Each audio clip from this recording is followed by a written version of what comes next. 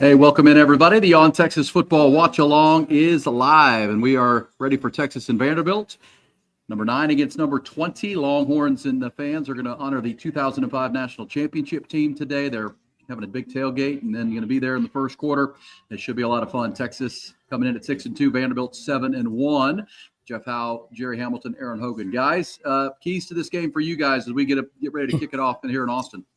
Yeah, look, I think one of the things is somebody's asking, is Hudson starting at left guard? Yes. Look, I think one of the big things for Texas is Sark in the pregame, when he was on the field on College game day, said we huddled a lot early in the season, and he made it sound like they're going to play fast today.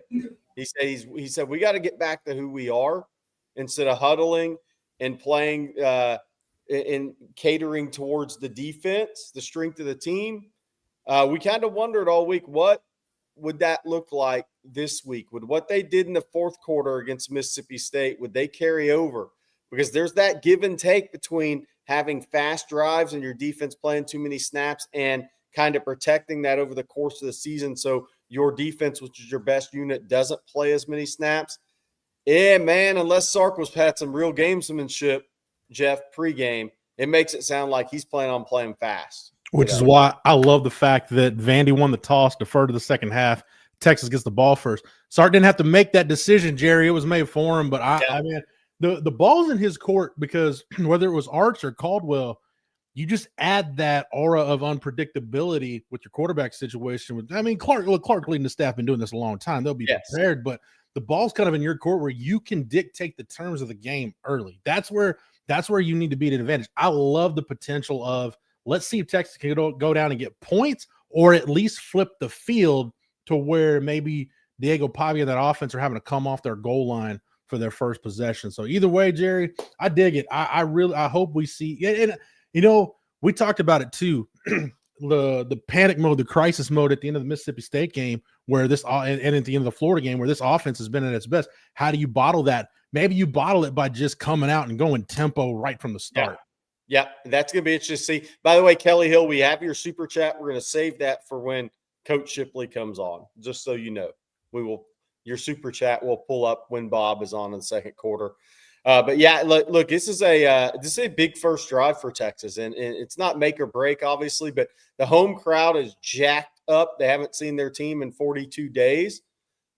This is a must-win game for both teams, in my estimation. This is a big first drive for Texas, a big first quarter for the Texas offense because they need to get off to a fast start. That doesn't mean they need to be winning 14-3 or anything, but they need points in the first quarter. They need to see some carryover because I had a conversation on the drive from Hayes City Store to Austin yesterday, and the person told me it's not surprising me. This offense had more pep in its step than it had all season. They're more confident after last week than they've been all season. That needs to carry over to the field today. So we're first down, burning back offset to the right. Wingo in motion, going to be a quick hitter out the wingo. Oh, there's a quick start that you wanted. See you later. Same play as last week to start the ball game, 75 yards, touchdown, Ryan Wingo. And to what Jerry Hamilton just said, a lot of pep in their step, and they showed it on the first play of the game. Last week it was a 2-play touchdown. This week it's a 1-play, 75-yard explosive. Hey, man, I'm from that Jimmy Johnson. I'm a Jimmy Johnson believer. When you're facing that big gorilla, you don't hit him lightly. You go up and hit him, boom, right in the mouth with everything you've got, and there it is right there. You know what's crazy? He still double caught that football. Yeah. I don't know if y'all saw that, but he didn't catch that clean. And I was hoping that wasn't going to slow him down initially. You don't know how the play is going to play out after that. But he still double caught that football. And I was like, man, is that going to mess up the timing of the play? But it certainly did not. They got good perimeter blocks when they needed him. All you had to do was break one arm tackle, get to the sidelines, and outrun Angle. And he can outrun Angle. This makes me feel good, Jerry, because all week I said on our lives or recordeds or whatever, I will be really surprised and disappointed if we don't see the most inspired, juiced, ready to go Texas team we've seen all year at kickoff. That this is not touchdown aside. This is the most lively we've seen this bunch all year. Yeah, very similar to the play they ran to start the Mississippi State game last week, guys, that almost scored a touchdown. This one got through. Great blocking on the outside. Boom, great perimeter block there. The first block is what sprang the play. That first block was the big one. It looked like Emmett Mosley. Did you win the toss? No, Vandy won the toss and deferred. Yeah, great block there by Mosley and Beyondre Moore down the right sideline, and Wingo. I thought Arch threw a nice pass. You mentioned he double caught it, but Arch threw it out in front of him so he could run right through it and be at full speed. Yep, he let him go get it and never slow down. And the Longhorns are up 7-0 on this first quarter. That's explosive that you're looking for. As we said, they had an explosive play on the first play of last week's game. That then they had the score on the second play. But here they are, 7-0, and Clark Lee's decision to win the toss and defer kind of blew up in his face right there, and the Longhorns are up 7-0, exactly the start they were looking for. So, Jerry, I don't know if that was a check or not, but Vandy ran a blitz off the nickel. So I don't know if they saw motion and that was a check or not, but regardless, Sark had the exact right play call dialed up with the numbers advantage on the outside. Emmett Mosley, tremendous block. What we talked about Emmett Mosley, one of the things when he was out, he's the best. Emmett DeAndre Moore is good too, but Emmett Mosley's the biggest receiver that's a good blocker for Texas. And he is key in that. And he had a really physical, good block. And by the way, now that we're flipping the flipping sides of the ball, Vanderbilt wide receivers block on the perimeter. Aaron and Jeff, about it, I think the best any team Texas has played this year. So the Texas defensive backs on the perimeter are going to have to get off blocks because they're going to be forced with playing the run in this game. Yeah, they are whether you're talking about 10-plus yard runs, 30-plus yard runs, they are probably the most explosive run game in the SEC. And they just, man, not the Tim Beck that used to be at Texas. He's at Coastal, but Tim Beck, the OC, I love what they scheme in the run game. They just do a really, really good job. Agreed. They know their identity, exactly what they want to be. They don't like playing from behind, though. Longhorns, 11 seconds into the game, leading. You'd love to have this group try to chase you because they want to control the ball and control the scoreboard. Longhorns with exactly the start they want. It'll be 2nd and 4 now after they ran a very similar play to Texas. Just didn't have the swing motion with Wingo. They got 6 yards on first down. Texas coming out again, guys, in that big front where they've got January, Canoe, and I think Cole Brevard all on the field together to start the game. Big third and 2. Two here. Big 3rd and 2 coming up for Vanderbilt because after that touchdown, the last thing they want to do is give it right back in a 3-and-out. So it's a really big play for Vanderbilt. They only called 3 Diego Pavia designed runs last week against Missouri. Is that because he's banged up? Probably. You'll never know it. They'd have to cart that guy off a field to get him off a field. But this is a big 3rd and 2 coming. Let's see if they if they call something for Pavia here on the first 3rd and 2 of the game, because they don't want to punt it right back. Of course, and they'll get it right behind left tackle, just a basic power run as they switch their sides. Jeff, try to explain that to us, how they flip offensive linemen, kind of old school high school football style, the way they'll go power and a strong side and weak side. Yeah, so they've got a quick side and a strong side. This is the offense. I ran this in high school when we were running the wing T offense, basically based on the strength of the call. You'll flip sides. It serves a couple purposes. One, I think it makes your assignments in the run game a little bit cleaner. 2, you can manufacture depth because it's really hard. Like if you're trained as a left tackle playing at Vanderbilt, you got to learn how to come off, on a right tackle stance in pass pro and run blocking, and you got to do it with your foot back. Huge play here. Huge play here. Colin play. Simmons, strip sack, fumble. Texas gets the ball. Yep, that was it. Colin Simmons. Did they recover it? Yep. All right, so that's huge. Obviously, a negative play against this offense is huge. To get a turnover, now up 7-0 already. Wow. 12:46 to go. Colin Simmons making an impactful play, and they're playing. This is that team that was preseason number 1 kind of team right now, the way they're swarming to the football and playing fast. That's one of the things Sark said, want to play fast. And you talked about that, Jerry, in a conversation you had yesterday morning with somebody, that this was an inspired team. And when they play fast, they're really hard to beat. Yeah, that was a little going to be a little play action there, Jeff Howe. But if there's one person in America you don't want to leave unblocked, it's probably Colin Simmons, because he's the fastest guy to the quarterback in college football. He was unblocked. And not only got the sack, but got the punch to get the turnover. Yeah, he got the sack and the forced fumble and the fumble recovery. Pavia never had a chance. Never. had a Nope. chance. Uh-oh. Trickeration for the Longhorns on first down, and here they go. Look out. Wall set up on a screen pass, a double throwback, and the Longhorns are going to be first and 15. Ryan Niblett with a 12-yard gain on first down as they went end around, back to Arch, and then throw a screen pass off of that. Yeah, that was interesting. If Niblett had cut that back inside a little quicker against the safeties angle run, he might have scored. Well, you cannot have a wall set up better on Cut in there. Cut in there. Golly. Yeah, that looked like it was set up at least to get down inside the 10-yard line. Instead, they're at the 15. But 2 plays, 88 yards for the Longhorns so far. Sark is deep in his bag of tricks already to start this ball game with just 2 plays run. Now it's time to. Oh, they didn't run it. They swung it out. Ooh, that was not a good pass. Thank you, D-Money. Appreciate that, brother. Enjoy work. We'll keep you posted here as we go. Longhorns up 7-0. That's going to be a negative play, or at least a no gain.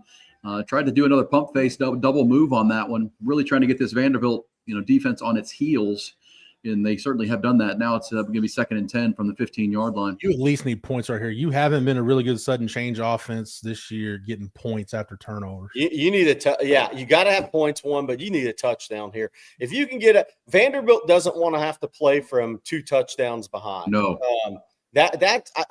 Texas needs a touchdown here. Ooh, big rough throw by Arch right there. Of course, Arch Manning did start this game, cleared the protocols of the week, and was cleared this morning finally officially by the team medical staff. Arch Manning already has a couple of completions here, 2 for 4, 88 yards and a touchdown, but that's one he is lucky he didn't get intercepted. Well, when he hits the third read, sometimes he ends up sticking on his back foot instead of continuing the footwork, and then he's not in a position to rotate his core through a throw, and then your elbow drops and the ball sails on you. And we've seen that a few times from him this year. That analysis is why I yielded Jerry anytime we're talking quarterbacks. He's right too. I mean, that's an old baseball thing too. I mean, if you don't get your feet under you, start shortstop, you start sailing that ball right over the first baseman's head if your elbow gets low. And now there's a flag here, and it's going to be a delay of game for the Longhorns. This is not going good after the double reverse screen pass that gets you the 15-yard line. Longhorns have gone a couple incompletions and now a penalty. And I mean, 3rd and 15. Look, I mean, it's 7-0. Just got a strip fumble, but again, haven't attempted to run the football once yet. Nope. And you had the ball after the screen pass on the 16-yard line, and you didn't attempt to run the football at all to see if they, just to move it forward a little bit. But that's not what this is going to be. Not ideal, but hopefully you can salvage this and at least get 3 off of it. All right, incomplete. 3 straight passes after to the 16. Obviously, Vanderbilt's strength defensively is their run defense, their front 7. Their secondary is susceptible, but I agree with you, Jerry. When you get to the 16-yard line with a team on its heels, you might like to run some power, see if you can push them a little bit. But instead, 3 straight incompletions, and the Longhorns will try to kick a field goal here. Yeah, I mean, and obviously you got to make the field goal here because this would actually be a win for Vanderbilt in a weird way. Huge. If you don't get the 3, but Mason Shipley's really, really good. 12 of 15 on the season. Did have that one weird miss last week against Mississippi State, but has been pretty locked in all year long. And this one is just inside the right crossbar, and it is a 10-0 lead for Texas. In just within 3.5 minutes of the first quarter, Longhorns already have 10 points on the board. That's a huge win to start this game without a turnover forced, an explosive play. Disappointing not to get the touchdown there, but still, you'll take this at 11:38 of the first quarter. And our first quarter brought to you by Driven Auto Service and their partner service center there in New Braunfels, Texas, Garland Transmission and Service, part of the Driven Auto team. We'll tell you all about them here in our first quarter and this afternoon and this morning into this afternoon as the Longhorns are up 10-0. And guys, exactly the start. You talked about the inspired performance, Jeff. Jerry, you talked about Sark and wanting to play fast. They've done both of those so far here through the first 3.5 minutes of the game. Yeah, look, I mean, I'm not an SEC, but I'm what the SEC football guy is at heart. The game is at heart, and I just would have liked to seen a run after the screen. Yeah, it's a successful screen. Keep the positive ball moving forward towards the pylon. Don't get too greedy. Build a run after the pass success. You have a swing pass for a touchdown. Then you have a double reverse screen pass the other way. you've got them thinking, hit them inside. I don't care if you get 2-3 yards, hit them inside. I don't care if you get 0 yards, show that you're going to do it. On game day, one of the things they were talking about was when talking about Tennessee and Oklahoma is how hard-headed Josh Heupel is with the run game.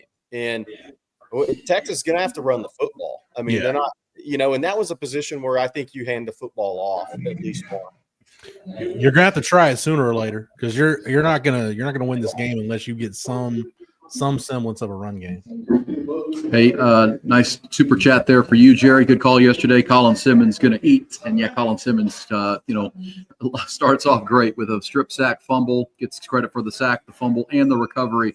And again, I'll say this about Diego Pavia. If you haven't watched a lot of Vanderbilt out there, he is, not only is he small, guys, he's very powerful. I mean, he's really a former wrestler.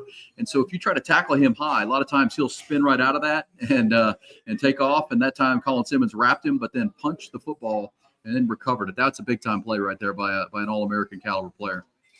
Yeah, it really is. And look, one of the things, if you watch the Texas, and we'll see how the game plays out. If you watch the Vanderbilt-Missouri game, and Missouri's edges can really rush the passer. Damon Wilson, the Georgia transfer. Texas tried to recruit him out of high school out of Venice. I want to see him easy an NFL player if he stays healthy throughout college. And then Zion Young, transfer, really good too. They got after Vanderbilt's tackles in pass pro, and the right guard also had issues in pass pro for Vanderbilt. I think they have 3 spots where Texas can has advantages in this game. Colin Simmons has a huge advantage in terms of initial quickness in this game. I don't know the Vanderbilt left tackle's got the body quickness to handle his suddenness. That's going to be interesting how this game plays out. But Missouri made life really tough on Pavia. And I expect Colin Simmons and the Texas defense to do the same because I think they're going to win matchups at 3 different positions in pass pro today. I love how that's why I took Texas to win the game, Jerry, because I just like the way the Texas defense front-wise matches up with Vanderbilt. Like Vanderbilt doesn't have NFL guys on that offensive line. The whole is definitely greater than the sum of the parts. Yeah, that Vanderbilt line. Well, and this Texas defense has shown they can make you one-dimensional if you're really a one-dimensional team, which Diego Pavia hasn't thrown for over 200 yards in his last 12 games against Power 4 competition. It's not a passing offense. It's not a dynamic passing offense. They're an efficient offense. And so Texas typically, and they can get you in a phone booth with their big tackles and Colin Simmons and Anthony Hill. They can win that if they're matching in the back end too. So I really like this athletically for Texas. So far, guys, in this first 5 minutes, the Texas athleticism has really jumped off the screen versus Vanderbilt. Yeah, and let's see what Vanderbilt does here. When are they going to break out a little option against Texas? That's what is going to be interesting to see here because you can prep for that in a week of practice, but until you actually have to react to it in the game, it's just something you don't even see it in high school football anymore. So I'm interested to see what Vanderbilt pulls out on the second possession if they break a little tendency from what they were thinking about early on. They're rolling pocket. That's the way to do it. Very smart. Yeah, a little play action with a roll, but good coverage or decent coverage downfield. Just a bad throw by Diego Pavia, kind of drifted out of bounds. Weather in Austin, if you're not in Austin and you're watching out there, perfect. It's about 67 degrees. Clouds have cleared. It's a little bit of sunshine. And so this is perfect football weather right now. So, but really no wind either. So that shouldn't impact the kicking game or passing game. It was raining this morning. Weather cleared. Obviously, sun's out now.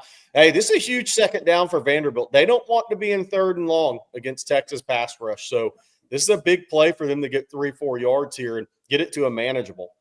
Because Pavia in the pocket on 3rd and long that's where you want it if you're Texas. All right, rush lanes that time. Diego Pavia does what he does. As he escaped off left side between. Sark talked a lot this week about lane integrity against the pass rush because that's what Diego Pavia will do. And he kind of gets hidden too. He's so short under those linemen, you kind of lose him. And that time he found a little gap. And that's the first down they needed. It's their initial first down of this ball game for the Vanderbilt Commodores, already down 10-0. But you saw Jelani McDonald come up and make a nice tackle. That's another thing about Pavia, man. When he's in the open field, he's tough to bring down. So he's a running back falling forward that he's not the same because it's not the same build, but his mentality is that of Scatabo on contact. He is going to Yeah, you're right about that. deliver and deliver and deliver until his head doesn't allow him to deliver anymore. And nice pressure by Justice Terry on that last snap, by the way. Well, there's Pavia creating a play, but there is a penalty down, maybe a holding. But either way, Diego Pavia doing improvisational things. Let's see what the call is, though. Seems like a holding area or maybe a legal man downfield. Yeah, it's going to be that's got to be a hold against Trey Moore right there. He's grabbing his jersey. You know, here's what's interesting about Pavia might have been across the line of scrimmage too. That's the other thing I thought about too. It looked like he was really close to, crossing that original line. Here's the other thing about Vanderbilt too. Among the best SEC teams and fewest sacks and TFLs allowed. But if you look at the PFF numbers, to your point, what you're talking about earlier, Jerry, they give up a ton of pressure. That just shows you how Pavia's legs, how critical they are to what they do offensively. It masks a lot of your deficiencies and can make you wrong as a defensive coordinator. If you got the right front coverage, whatever called, he'll make you wrong. Yeah, illegal forward pass. There you go, E. There you go. That was a good call. That was a good call. So Texas declined the hold, took the illegal forward pass. So that's a 5 yards loss of down. Yeah, 2nd and 14 now. The reason they took the down over the yardage as Pavia was across the line as he threw that ball. And that's what, if you feel like he's crossed the line, you're going to come up and try to tackle him, and that's going to leave an open receiver behind him. Now another issue for Vanderbilt. This is Vanderbilt and Texas are two at the bottom of penalties in games in the SEC. So this is not uncommon for Vanderbilt. They'll do this. They're calling a timeout here. All right. So it'll be 2nd and 14. Let me tell you, in our first timeout, because they were supposed to honor the 2005 national championship team in the first timeout. I'm sure that already happened after the touchdown. That's pretty cool that they're there 20 years after they the greatest season arguably in program history. And my buddy Quan Cosby told me that he expected 75% of the team to be there today to be a part of this. They were over at the Moody Center having a big tailgate at the Germania Club in the Moody Center. So pretty cool to have all those guys back here. All right, so 2nd and 14, big play here for Vandy. Again, they need to get it in as many third and manageables as possible because the Texas pass rush is already creating issues. Pavia is fresh right now. What will that look like as the game moves wow, along? Look out. Swing pass. Texas took their own guys out. Yeah, Ty Anthony Smith and Manny Muhammad got their feet tied up. Both were going to be in a position that felt like to make the tackle, and Cedric Alexander, the Austinite, and they kind of tripped each other, and there was no one left. That's just too easy right there, but that's just a bad break for Texas. They had guys in position, and then they ran into each other. You see what Vanderbilt's doing. If they're going to keep Pavia in the pocket, it's going to be designed to maybe just get a bunch of swing passes in this game. If they get him on the move, that's when they're going to really attack down the field. Yep. No doubt. By the way, Bobby Petronic with the comment of the day so far said Pavia reminds me of Kyler Murray after a 6-week potato chip bender. He is. Yeah, well, he's Kyler versus Baker Mayfield, a little bit of because he's competitive as hell like Baker was and is in the NFL now. It's all right. Yeah, I think we used to call that back in the day. We call that round shouldered. Yeah, a little bit round shouldered. But if you see that Netflix docuseries on the SEC, I mean, he looks a little pudgy, but at the same time, it's all muscle. He's a wrestler. Yeah. Does a lot of Pilates and yoga and core strength work. He's just a really, really strong kid. Young man, actually. Old man. Honestly, if you want a good physical comp for Pavia, it reminds me a lot of Todd Reesing, former Kansas quarterback from Lake Travis. Oh yeah, that's a good one. Play by Ty Anthony Smith there to keep that to 3rd and half a yard.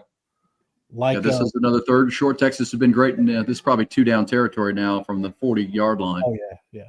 Because Vanderbilt's also real efficient on 4th down too. A really good job by Ant Hill right there. Get back in the play. Yeah, they're a 4-down football offense. There's no question. They once they cross midfield, they're thinking 4 downs. And by the way, if you're wondering, they have as good a kicker as there is in the country. So even if Texas were to stone them right here, 57 yards, he's made it before. Yeah, doable. 4th and 1. I got to think Clark Lee's going for it here. Good pursuit by Manny Muhammad that time to the outside. They strung it, and there is a flag down.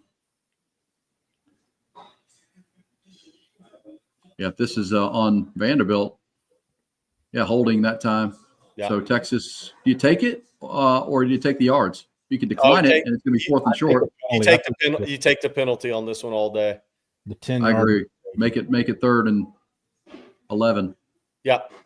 You make it 3rd and 11 here. See if you can bring your blitz package, because now you've taken them out of field goal range. Even if they get 5 or 6, now they're at 60, 61 yards. Before, I think they might trotted the kicker out from 57. He's easily got that type of leg, and he's made it before. He's 25 and 28 in his career on field goals. I mean, he is a future NFL kicker. Jerry, I don't know if you caught it, but they got Kobe Black is starting opposite Muhammad today. I don't think he played a snap last week against Mississippi State. Interesting. Very interesting. By the way, the Texas pressure right there, I think it was Anthony Hill forced that holding call. So that's Texas continuing to push pressure. There's Colin Simmons again. Yeah. Immediate pressure on 3rd down, forcing the incompletion, and the Longhorns are going to get off the field. The penalty was huge. Colin Simmons is having himself a heck of a first quarter. Yeah, don't get a dumb 15-yard penalty here, Colin. But I'm telling you, Missouri edges, Damon Wilson, Zion Young, the Vanderbilt left tackle. If he couldn't handle those guys' quickness, he cannot handle Colin Simmons. And you're seeing Colin Simmons dominate him right now in this game. Yeah, he's beating him off the snap. Like on the snap, he's in the backfield. And that's the quickness you're talking about. That's a pass rush move right there. That's a rep Alan Clark puts on a clinic right there. Yep. The defensive edge coach for the Longhorns, who come in from Ohio State this offseason. Ryan Niblett, his first punt return, and they punted to him. He did get positive yards from the 5-yard line, so about an 11-yard punt return. He fielded it, which it looked like it was going to be a good punt that would have made him inside the 10, so I don't have a problem with that. He did bring it out to the 15, and I'm with you on that Colin Simmons situation. Let's not get any 15-yard penalties when you're about to receive a punt. They're lucky they didn't get flagged on that, honestly. I mean, Colin's got – I know it's an emotional game. You have to play with emotion, but can you imagine if they had thrown the flag there? There's no arguing that call. So Colin's just got to – I hope somebody on the sideline say, hey, man, that's your one. You got lucky. They could have flagged you. Let's keep it in check. Let's just go play ball. You told them. I think that's what in the goods. I would guess that's what the lead official told him too. Is he kind of broke him up and said, "I'm not. I could throw this penalty flag. You know that it's 3rd down. I'm not doing it. Next time I will." So Colin's got to settle down a little bit because that could have hurt his ball club. All right, our first quarter of the On Texas Football Live Watch Along is brought to you by the Driven Auto team, but Driven Auto Service. I tell you about Driven Auto sales coming up later in the show, but they also have a great service shop right here in Buda, Texas, where I'm doing the show today.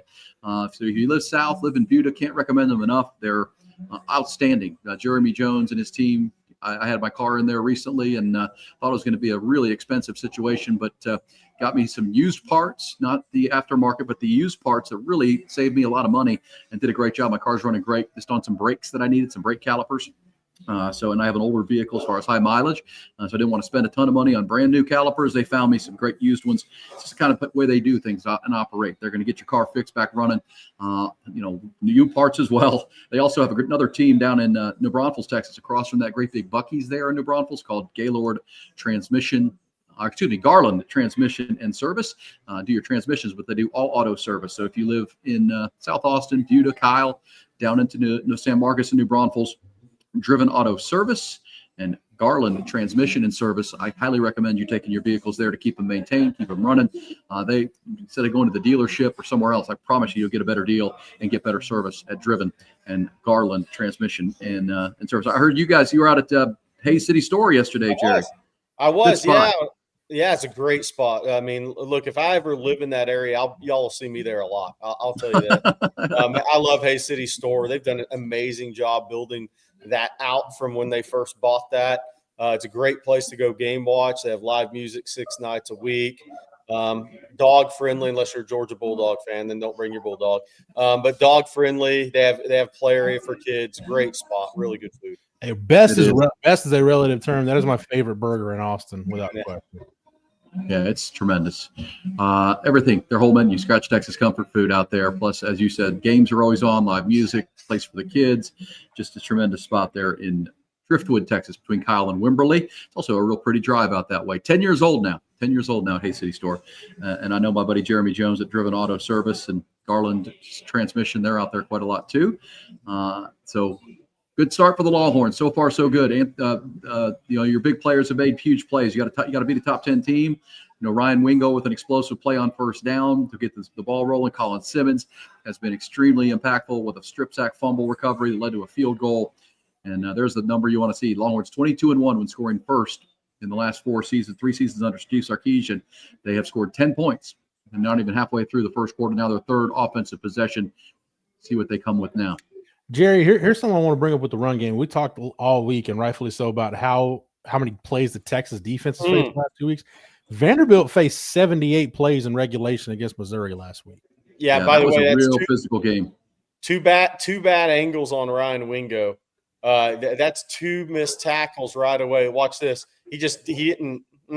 He's got to push that to the sideline more. He broke down instead of pushing it to the sideline. Ryan Wingo with a dislocation of his thumb, maybe. We'll see. Now they go right back to the same play. Yeah, they're just testing the perimeter of Vanderbilt. The Longhorns are superior at athletic so far in this game, athleticism-wise and speed up front on defense and on the outside on offense. It's a nice job about the injuries on that. By the way, it looks like a dislocated thumb on Ryan Wingo. Was that on the catch or when he tried to stiff arm? I think it was on the finish. It wasn't on the catch. It was on the finish. Good tackle break there out the gate. Yeah, Trey Wisner with that outside zone gets the corner, and Longhorns are playing downhill right now where they get a touchdown on the board on this drive. Look out. I mean, they could because Vanderbilt does not want to play from behind, and they're already down double digits. Boy, that safety's having a tough day. He's getting hands on people. That's 3 plays, but no tackles on any of the 3 plays. So he's having – but look, Texas – and Sark saw this on tape, and we talked about this week. Texas has on the perimeter, I think their skill have advantages in this game as well. So I like that Sark is attacking these guys the way he's attacking these guys because I do think he has athletic advantages here. Yeah, so far the game plan reminds me of the Michigan game last year where, they didn't want to mess with the interior and the defensive tackles and the bullies up front. It's just get on the edge and see if you can beat them with your perimeter speed. And so far Vanderbilt is, having no chance. So one-on-one tackles are second spreading it again. Empty. Yeah, Rod Baber is one of his favorite formations for Texas, usually an explosive. There it is, pitch and catch to Jack Endries, and now it'll be 3rd and short, probably, I would say for sure 2-down territory here. That last play, the Wisner 2-yard run, Brandon Baker will learn, and I think he's grown a lot this season, but he'll probably learn, hey, your assignment may have been getting that play side linebacker, but in that situation, you just got to hit the first thing that crosses your face, like the first immediate threat to the ball. Nikki Kibble. Hello, Nikki Kibble. Mama Nate Kibble. Awesome. Number 70 in the ball game. Longhorns looking to add to a 10-0 lead already. This is their their second 3rd down so far. But this is where you want to be 3rd and 3. You can live in 3rd and 3. DeAndre Moore. We got catch and run, and he's running through that Vanderbilt secondary. They look like they've faced 100 plays the last 2 weeks, and as you said, they had a very physical matchup with they're back-to-back weeks, guys, with LSU and Missouri. Yeah, they've been in a couple of battles themselves. And Texas is more athletic at receiver. For those that I know a lot of talk this year has been Texas isn't that good or fast at wide receiver. I disagree with all those people. Texas is athletic at wide receiver, and they're definitely more athletic than the Vanderbilt secondary in this game, and you're seeing it play out in live. Yeah, look at that again. Now Parker Livingston. It's almost just like this is the game plan. The run game is going to be short passes to our receivers against guys that were more athletic then, and it's kind of coming too easy right now. I'm sure Clark Lee is frustrated, but it's just spread the field and let a player make a one-on-one play. Hey, Jeff, are we going to be talking about the rest of the season? AJ Milwee moving back to the box and being the eyes in the sky for Sark, the way this whole thing started, and they moved that because I think there's something to this, guys. I do too. I'm starting to think that because the offense last week, there might have been games early in the season where they might not have had answers, but I do think AJ being upstairs last week helped Sark late in that game, and you're already off to a really good start. It's different, man. He's been up there calling plays before. He just sees it a little bit different. And he knows what Sark – and from formationally, he knows what Sark ideally wants. And they have that conversation. Is Wingo good, Max West? No, Wingo was just taken to the locker room for somebody in the stands. There's first down, just pounding it now. I love this. I just love it. There's CJ Baxter's first carry of the game. I'd hand it to him again, guys. I might hand it to him twice right now because Vanderbilt's on their heels. If you could actually run the football in here after passing for a touchdown, you know what that does for this team? Run it at them a couple of times. See if CJ Baxter can finish this thing off. Emmanuel Villafranco, it looks like dislocated thumb for Ryan Wingo, but I'm not. Yeah, he went to stiff arm. He went to stiff arm the defender and got his thumb caught. But they've just kept going, throwing it to different receivers, and now Arch rolling. That's right now. And a touchdown to Cedric Baxter on a 6-yard touchdown catch. Off to the roll from Arch Manning, who had a couple of options there, waited for it to clear, and makes a nice throw. CJ Baxter, after back-to-back running plays, catches a touchdown pass, and the Longhorns are, dare I say, blowing Vanderbilt out of the building right now, up 17 points. And this looks like the fourth quarter of the Mississippi State game, guys. That's the carryover we wanted to see all season. And by the way, we talked about this yesterday on the at the co-op. Arch hasn't had 2 back-to-back good games this season. This is a big game for Arch, and it's a tough spot because he's coming out of protocol. But, hey, by the way, congrats to Arch for being a tough dude. I mean, you're 8 of 11 for 144. He did miss a couple throws on that second possession. But, man, kudos to Arch. I mean, wearing this jersey means everything to Arch Manning. Sorry, Jerry. Yep. Here's why I love that red zone play, though, right there. You utilize Arch's legs, and you put the play. There's one play side defender, and you put him in conflict. If he sticks with CJ Baxter, Arch runs that in for a touchdown. If he comes up and defends a quarterback run, Arch does what he did and just dumps it off for a touchdown. You used to see Vince Young and David Thomas do that all the freaking time in the red zone for Texas back in the day. Yeah, you just put those, you know what to do. They know Arch can run. They've got multiple receivers back there, and Arch just was patient with it. And that's a 10-play drive right there. The first touchdown drive was a 1-play drive to Ryan Wingo. That time they ran it, they threw it, good balance, and really using that spread formation. And you talked about playing fast, Jerry. They've got Vanderbilt on their heels, and I think Vanderbilt probably expected them to start like they normally do. And they have come out and just been all gas, no brakes for the Longhorns here for the first 10 minutes of this quarter. Take advantage of their athletic superiority on the edges, and now that's allowed. That's why it reminds me a little bit of the Michigan game last year, where they spread it out with Quinn Ewers and really attacked the perimeters, and then they were able to come back with the run game against a very solid interior. That drive right there, though, that's what we come to see from Sark's offenses since he's been here. That's a 10-play touchdown drive, and you only face third down once. Yep.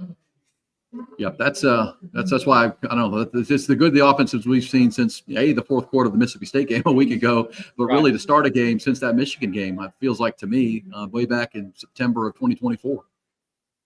This is what that game reminds me of right now, because that Michigan team was offensively challenged, and now this Vanderbilt team has to. They got to play from behind, and they got to abandon what they want to be. Can you keep your foot on the throat? Well, it's interesting. It's going to be interesting here. This is where you flip a script on somebody. Clark Lee has to remain patient. There's 2 minutes to go in the first quarter. Yep. They have to remain patient in what they do as a team. And they don't like to play from behind, but we're not talking about 17-0 with 2 minutes to go in a third quarter, 17-point lead. We're still talking 2 minutes to go in the first quarter. And I do think the Texas pass rush, if this is what it looks like at the start, wait until the third quarter of this game. But Vanderbilt still has to remain patient and try to mount a drive and try to get points. If they totally abandon who they are right now, I think things could spiral on them. They have to. I think you're right about that. Yeah, they have to remain who they are and what's made them successful, and try to chip away here. To your point, Jerry. To your point, they should, because I forget where exactly they rank, but Vanderbilt has one of the best second quarter scoring differentials in the country this year. Yeah. One of the better second quarter teams in the country. So look, if they panic and they turn it into a throw game, I'm with you guys. It could get ugly if they go down that road. Yeah, because Colin Simmons is unblockable right now. Yes. Especially by their left tackle. It says, question, guys, shouldn't the safeties be better since they are more athletic than Taft? Well, look, there's a reason Michael Taft was out on the practice field this week, even though I think they knew he wasn't going to play. They wanted him to help quarterback these young guys and make sure they're in the right place. And they wanted that voice on the field in the week of preparation, kind of knowing it was too early for him to try to get back on the field and wrap up and tackle with a broken thumb. It's got screws in it. He'll be back after the bye week, I would guess. But I think, guys, that's probably why Michael Taft was practicing all week, because these young guys are athletic, but they're young guys. They need some help back there, because miscommunication can be a factor, especially against this offense. I think to me it's a little bit different than Mississippi State because Jerry, we talk about it a lot. That old Baylor offense that puts so much strain on your safeties. Vanderbilt, what they do, the eye candy and the problems with your keys that they present. This is more of an edge kind of second level game than last week's game was. Yeah. Yeah, and the linebackers for Texas right now are playing as good as any unit on their team with Anthony Hill and LaFau and Anthony Smith. This game stacks up well for them because linebacker play is key when you're playing Vanderbilt, and push on the defensive front, obviously. All right, so this is dare we say the biggest drive of the season for Vanderbilt right now because it's 17-0 and the crowd's into it and the Mo's not on their side. And if they can't possess the football to end the quarter here a little bit, then if Texas gets a 3 and out right here, then they're on the brink at that point. So this is the biggest offensive drive of the season for Vanderbilt. They get a first down on first down as Longhorns playing too soft out there on his own defense, and Derek Williams and Xavier Filsaby make the tackle, but it's 15 yards down the field. Kind of a blown coverage there in the zone even. Somebody says Pavia. Don Chino says Pavia looks like he's limping. He's definitely not 100%. They only called 3 designed runs for him last week against Missouri. He's definitely not 100%. The only reason you do that with him is if he's not 100%. But Jerry, you said on the tailgate show too, you're halfway through an SEC schedule. Nobody's 100% right now. No, yeah. Everybody's going to be, especially the way just wide open again. Oof. Especially the way he plays the game. He plays the game like Cam Scatabo, but he's playing quarterback. So you're going to get beat up. He's going to take pounding. And he delivers pounding. He doesn't mind that part. Kind of part of his game, but at the same time, that takes its toll over the course of a long season. But two wide open receivers so far. That's in that zone defense. They're finding the soft spots. That's Grayson Littleton on chase mode there, but this is where you miss Michael Taff in the back end. We just talked about it. Well, if I'm Vanderbilt, I'm moving the pocket about 85% of the time the rest of this game because I already know I can't pass. If he's in the pocket, we're in the danger zone. So I'm moving the pocket a lot.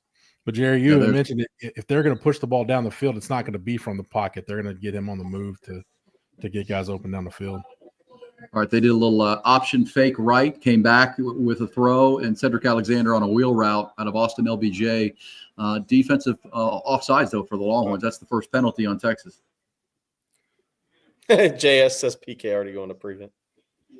Yeah, that's Colton Bosick right there. Well, PK does this. In the middle of this field, they'll play a lot of zone and give up underneath stuff, and then they typically, as you get closer to the scoring zone, will bring more tight coverage and come after it a little bit. By the way, Cedric Alexander, that is the all-time scoring leader in Austin ISD history. Yeah, he was such a great player at Austin LBJ. Golly, super, super running back. So glad and a great student too, obviously, get to Vanderbilt, great school.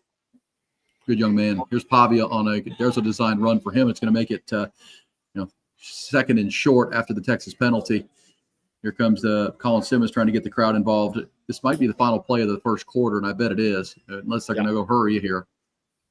Jelani McDonald just went to the locker room. We don't know what's wrong. It's not ideal. Yeah, that's 2 starting safeties. CJ Vogel just texted that to us that Jelani McDonald went down, is taken to the locker room. All right, that's Michael Taff and Jelani McDonald, which is why you're seeing so many young faces out there right now in the secondary. I'm sure there it is. There's the end of the first quarter. Brought to you by Driven Auto Service and Garland Transmission and Service, both part of the Driven Auto team. I'll tell you about Driven Auto sales coming up a little bit later in the On Texas Football Watch Along as we're live with you here. Longhorns couldn't have gone better in the first quarter outside of the injury. Just heard about to Jelani McDonald and maybe an issue for Ryan Wingo, who's off to a tremendous game. Longhorns 17 points on the board, 171 total yards. And you may have saw that stat on the television, guys. Since the start of the fourth quarter last week, Longhorns have put 48 points on the board. And there's Coach Bob Shipley, who's about to walk up on in here and get his thoughts on that first quarter. Longhorns 17-0. Arch Manning 8 of 11, 164 yards and 44 yards and 2 touchdowns. Ryan Wingo already over 100 yards. Using that athleticism, guys. How many of those 144 passing yards for Arch are just little quick swing passes to a receiver and make a one-on-one move? Yeah. Well, and they're going to have to do it without Wingo, I would say, for the rest of this game. That's the other thing is they're going to have to do it without Wingo. So who's going to step up there? It looks like Parker Livingston is going to be in that spot. But guys are going to have to step up because Jelani's now in the locker room. Doesn't mean he's out for the game. Ryan Wingo, if he plays again, I'd be surprised. Hey, we got to start it with this before we get your thoughts, Coach. Kelly Hill, happy birthday, Big Bob Shipley. Big Bob Shipley. He must mean your sense of humor. I think we're having some connection issues with Coach Shipley on his birthday. He'll get up in here. There he is. Am I good? You're good. Yes. I can hear you, Coach. Happy birthday, Coach. Yeah, thanks, guys. Appreciate that, Kelly. Well, what do you think? So far, they've given you a nice birthday gift here in the first quarter. That's the kind of stuff you're looking for against a top 10 team. I love Sark's attitude with his game plan and his making aggressive, innovative calls, spreading them out, with quick passes to substitute for the running game. And then when you kind of get them running around a little bit, then you start running it down their throats. And so far, I think his plan has worked really well. I mean, Sark has missed some passes, but he's made some great passes. I would love to see us get a stop here and then, get another one on there and see if we can let somebody else play quarterback second half. Yeah. Just to not take a hit, No, I get you 100%. Yeah, that, he obviously came through the concussion protocol to a point where, by Wednesday he was out there on the field practicing, which tells you he's in the late stages of the protocol, if you know the protocol. And Sark said this week, or actually told ESPN's Molly McGrath, she reported this, that felt like Arch has had one of his best weeks of practice, even through the protocol, once he was able to get onto the field. Maybe that fourth quarter, second half against Mississippi State really unlocked something for Arch because you go back to that game, it just feels like he's playing loose. He's just playing football instead of overthinking. As you said, not perfect. He's missed a couple throws, but he's playing his brand of football right now. Yeah, he really is. And he is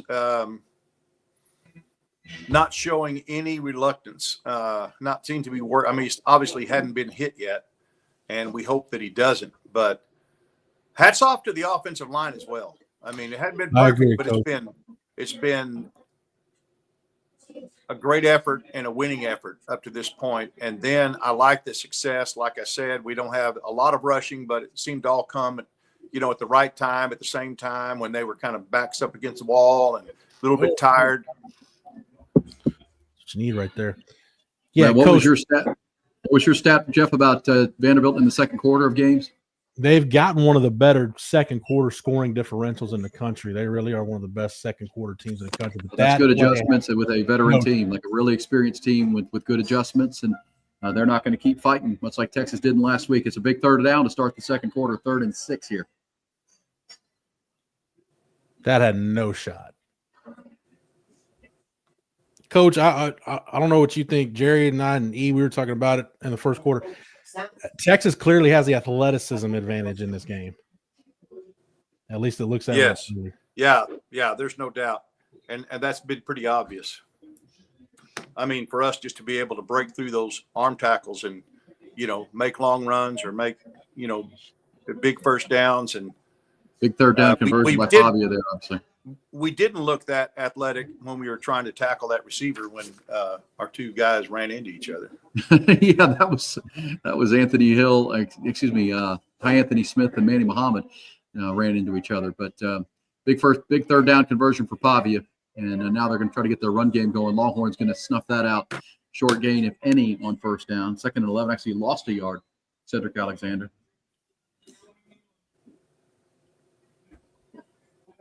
This is where you want this team. If you can get one more win on defense, you can get them to 3rd and long and maybe force a field goal attempt. As Jerry Hamilton said, they have an elite field goal kicker, but up 17 points, you'll allow 3 here, and if you don't give up 7.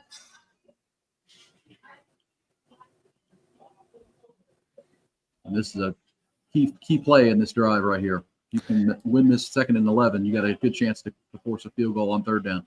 It does seem though like Tim Beck has finally has gotten in a situation where he's realized if they're throwing the football, they've either got to move the pocket or you got to get rid of it quick. You can't let Diego Pavia just stand back there against this Texas pass rush. Look at that little swing pass out and a great tackle by, is that Brad Spence that made that tackle? I mean, Yep. It's the opposite of what Texas is doing. Texas gets a guy in open space and he's making a one-on-one guy miss. Vanderbilt tried it and Brad Spence gobbled that up, and it's going to be 3rd down and 10. Sark extolling the crowd to get into this game. This is a big 3rd down here.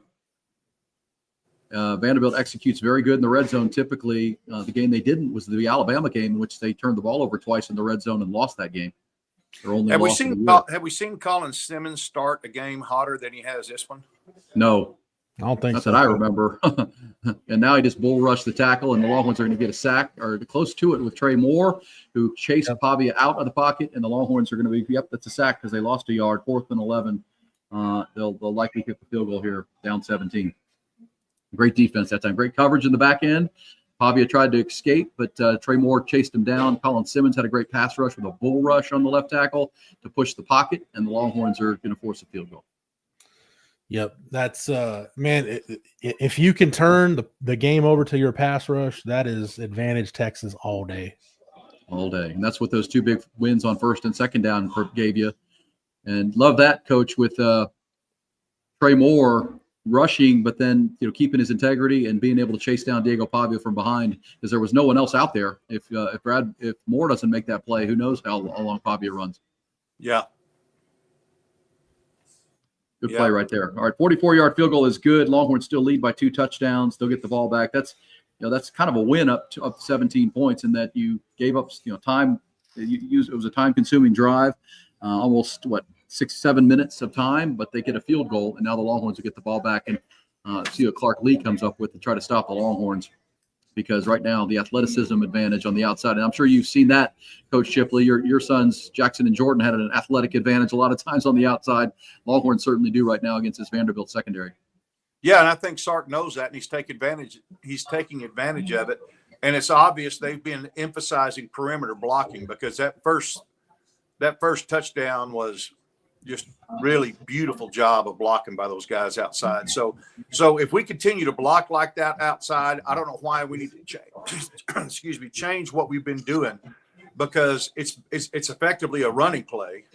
Yeah. And if your guys outside are blocking the way they are, keep doing it and making those linemen run sideline to sideline to try to get to it, and then run the ball. I thought the second scoring touchdown drive for us was just really just what we needed, a good long drive, and then you wind up getting in the red zone and just driving it down their throats, and I think that's a pretty good pretty good recipe, I think, for Vanderbilt. Yeah. Well, I've been comparing it in the first quarter to the Michigan game plan last September, where they did the same thing, right? A lot of perimeter, a lot of explosive plays on the outside, and then with that big Michigan front, you attack the middle. Jeff, you mentioned earlier that A.J. Milwee going up to the booth here. For folks who don't watch On Texas Football enough, A.J. Milwee is the quarterback's coach, but there's a co-quarterback's coach named Michael Bumonte, who had been up in the booth with A.J. Milwee on the sidelines. And Coach Sark explained that last year, Quinn Ewers really liked Milwee to be down there talking him through things. And so they kept that up into this year, and I think realized maybe that Bumonte on the sidelines, bringing the energy, talking to the quarterbacks, talking to the team, and then A.J. Milwee as the eye in the sky for Sark, having been with him at Alabama, having been an offensive coordinator before at Akron. I think maybe we're seeing some of the impact of that. Those two guys work very well together, Milwee from the booth and Sark on the sidelines. And so far, so good, because it worked last week to a tune of 45 points, and they've already got 17 on the board in this game. Yeah, Coach Shipley, I'm sure you've coached with guys like this. Some coaches could be either or, it doesn't matter, but there's some coaches, they got to be down there, and there's some guys that they are just way more comfortable in the press box. Yeah, I've had a lot of guys that offensive coordinators that just felt like they wanted to be able to look in their quarterback's eyes, and get a feel, instead of saying, well, how's he acting? What does he look like? Whatever. They want to watch his body language, and they want to, just look in his eyes and see what's going on, and encourage him when he needs to, settle him down when you need to. But so far, I think it's worked out somewhat effectively, especially as they've gotten more and more used to it as the season has gone on. I Another think big special teams play right there, guys. The short kickoff, they kind of kicked away from Niblet, and the up receiver brought it outfield, and Longhorns are going to start on the 32-yard line. I didn't have 18-yard kickoff return by Nick Townsend on my bingo card. Yeah, that's what I didn't see the numbers, so I was like, well, that's a big dude running the ball back, and he's picking up good yards. Hey, but Coach Jerry mentioned this too, and I agree with him. When you talk about AJ going upstairs, he's been with Sark so long. For two things: one, he's been a coordinator, so he's been up there calling games. But two, he speaks Sark, so formationally, personnel wise, he's going to be able to tell Sark more of what he sees and relay it to Sark in a way that Sark can get it, process it, and be ready to call the next play. Yeah, sure. Whoops, there goes Trey Wisner, a little swing pass, just really pressing the perimeter. That was obviously the game plan here with Vanderbilt on the edges. Don't mess with them in a phone booth, make them play in space. And so far, now is a penalty down. What's this flag going to be? It should have been a penalty. One of our receivers, crackback block, a guy on line screen just play. I mean, he didn't knock him down, but he blocked him in his back. They're calling offsides on Vanderbilt defensively, not the crackback coach, but they're blocking back. Yeah, that's going to be. I hope they show the replay. Well, Texas is going to go ahead and take that to make it 1st and 5. Huh. Maybe I'm the only one that saw that. And that might not be a penalty if you're shielding him, and not knocking him down. I don't know. Maybe rules have changed. Here comes Trey Wisner now off left side. That's a big run up towards midfield. They're really pushing this Vanderbilt team. Vanderbilt looks like the tired team right now. They played back-to-back really physical games with LSU and then Missouri.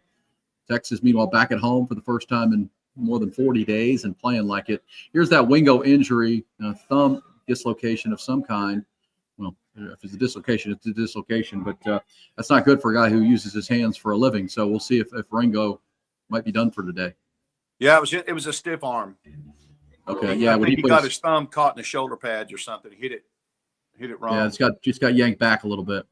All right, there's Arch Manning using his legs for the first time. We wondered how much he would coming out of the protocol. That's a 4-yard run to stay ahead of the chains here.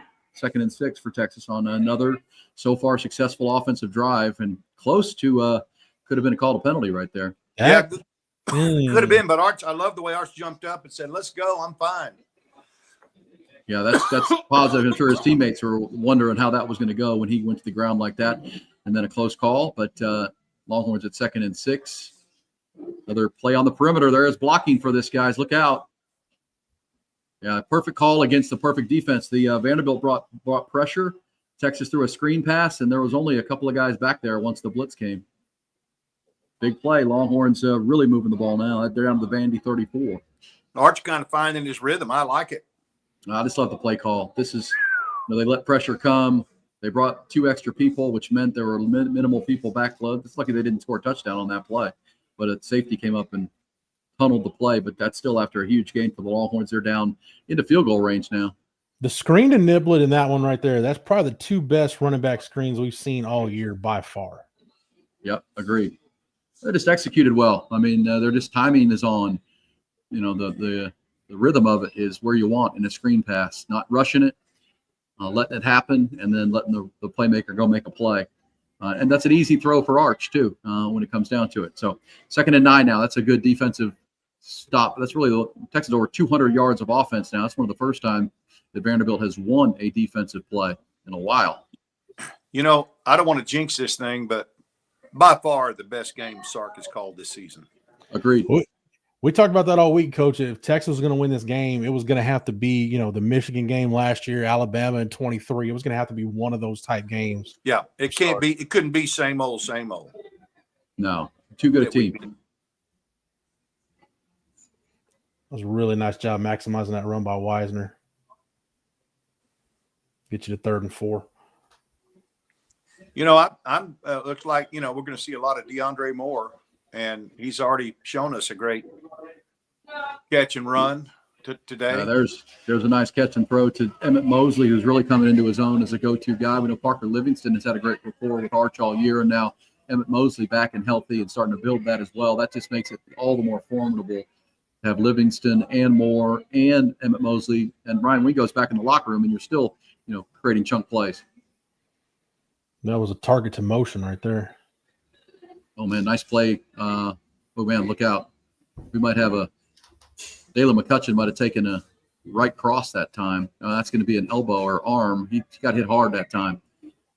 McCutcheon now holding his forearm after that catch and run. Got it down to the 4-yard line, but hope the best for the freshman. That was a hard hit. Looks like he's holding his left forearm. Yeah, he immediately grabbed it. I mean, I was worried about a head-to-head type of thing. Oh. All right, here comes Trey Wisner. Toss sweep, touchdown, Texas. They're going to go up 24-3, and they are having their way with Vanderbilt right now, midway through the second quarter. Longhorns up big. Just keep matriculating that ball down the field. Matriculating. Well, I said that about Coach. I said that about Texas in the second half and certainly the fourth quarter. That finally, with the offense, defense, and special teams, looked like the team that was voted preseason number 1, and they've come out. This game kind of playing like that. They look like a team that is one of the best teams in the country. They obviously for the first 2 months of the year hadn't looked like that much. They did in the fourth quarter last week, and they do in the first half this week. We needed it. We've talked about, or I've said that Niblett's punt return could have been the turning point of our season, and so far that's. I mean, it's only one game, but. Yeah. It's nice to have us hitting on all cylinders against a top 10 team when we've been playing so sketchy. No question. Yeah. No question.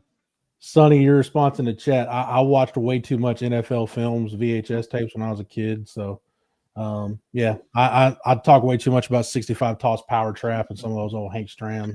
I love that. Hey, there you go. A little toss sweep. That's the most unstoppable play in football if it's run right. And the Longhorns have been unstoppable so far. Second quarter brought to you by Callahan's General Store and the Progress Coffee and Beer Bar. That's where I'm broadcasting from right here in Buda, Texas, a little east of I-35, right across from Cabela's, actually.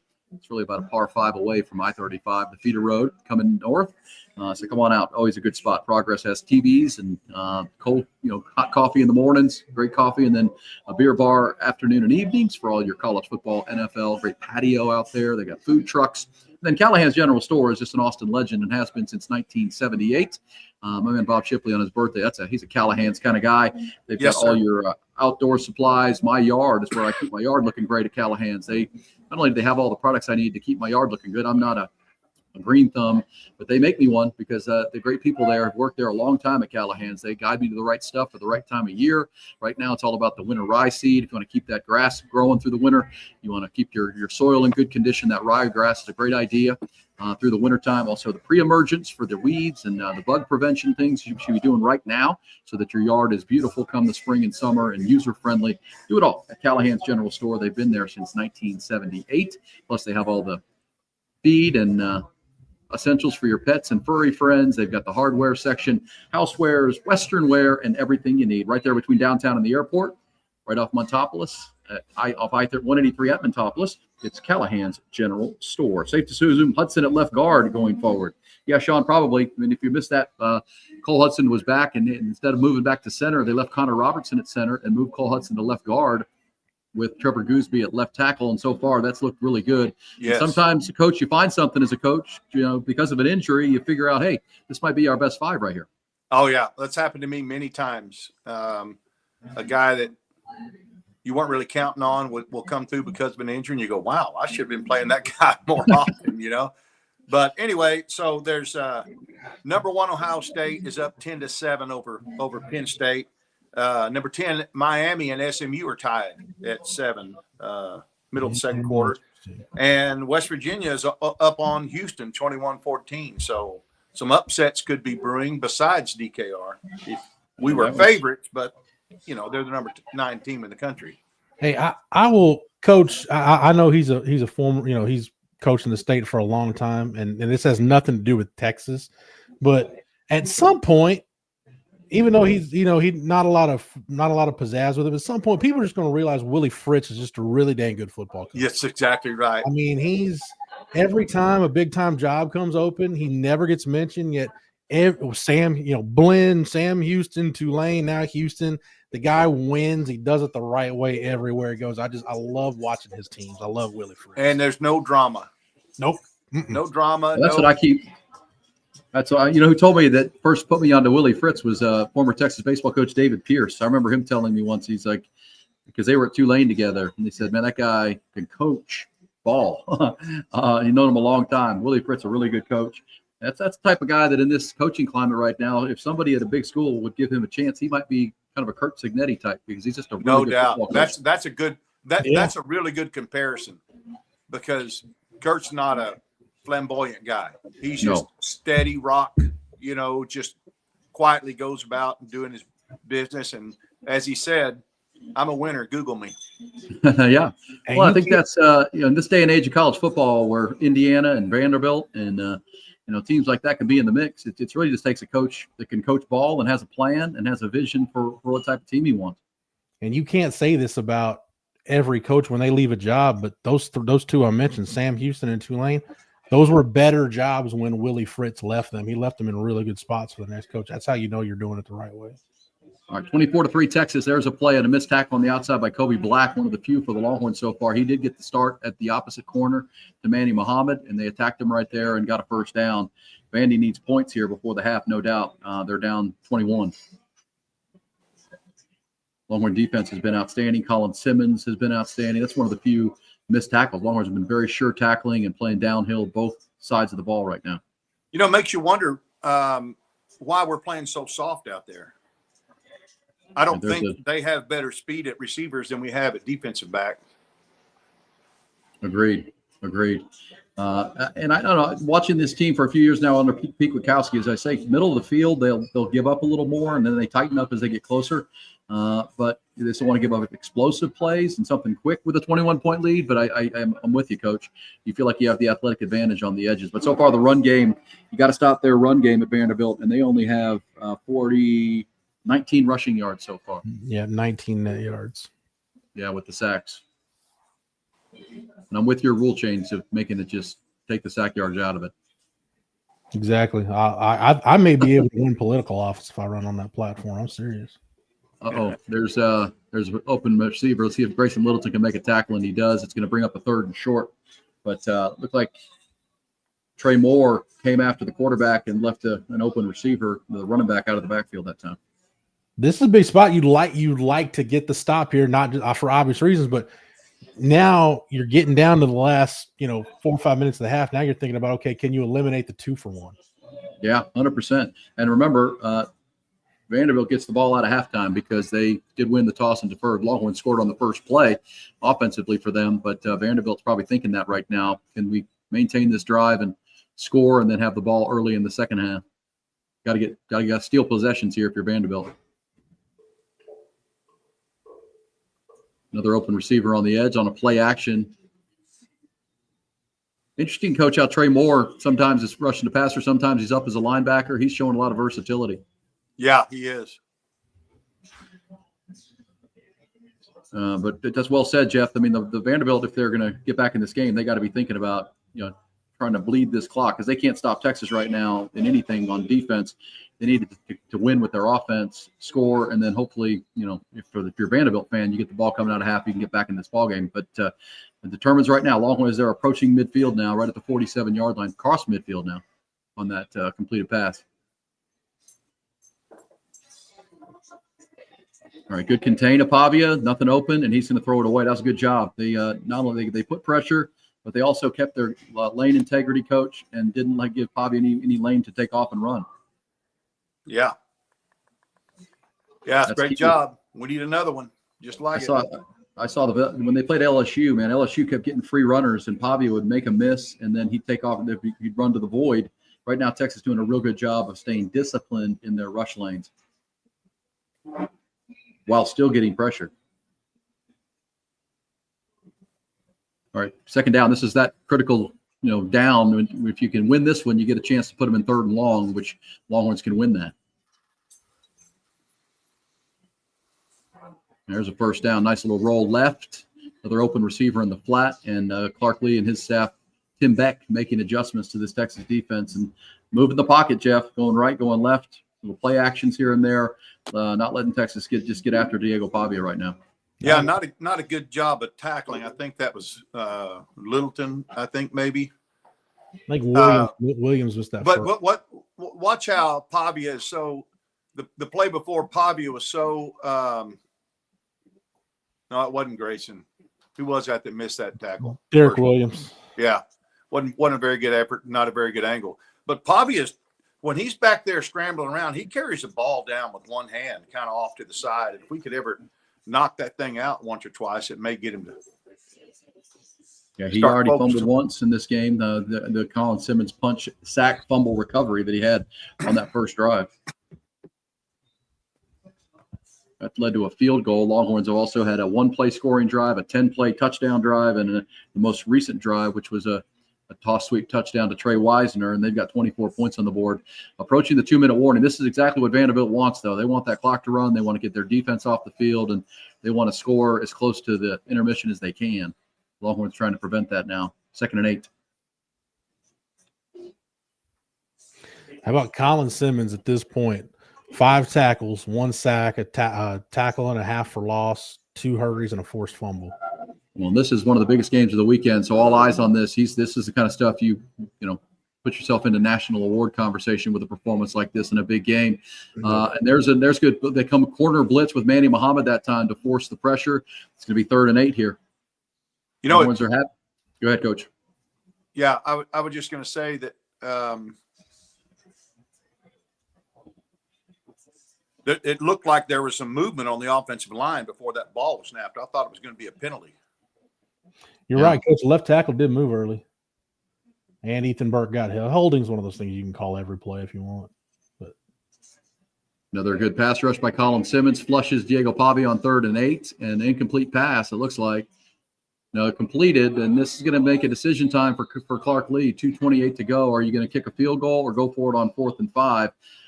I got to think he's thinking, got to get this. I think they got to go for it.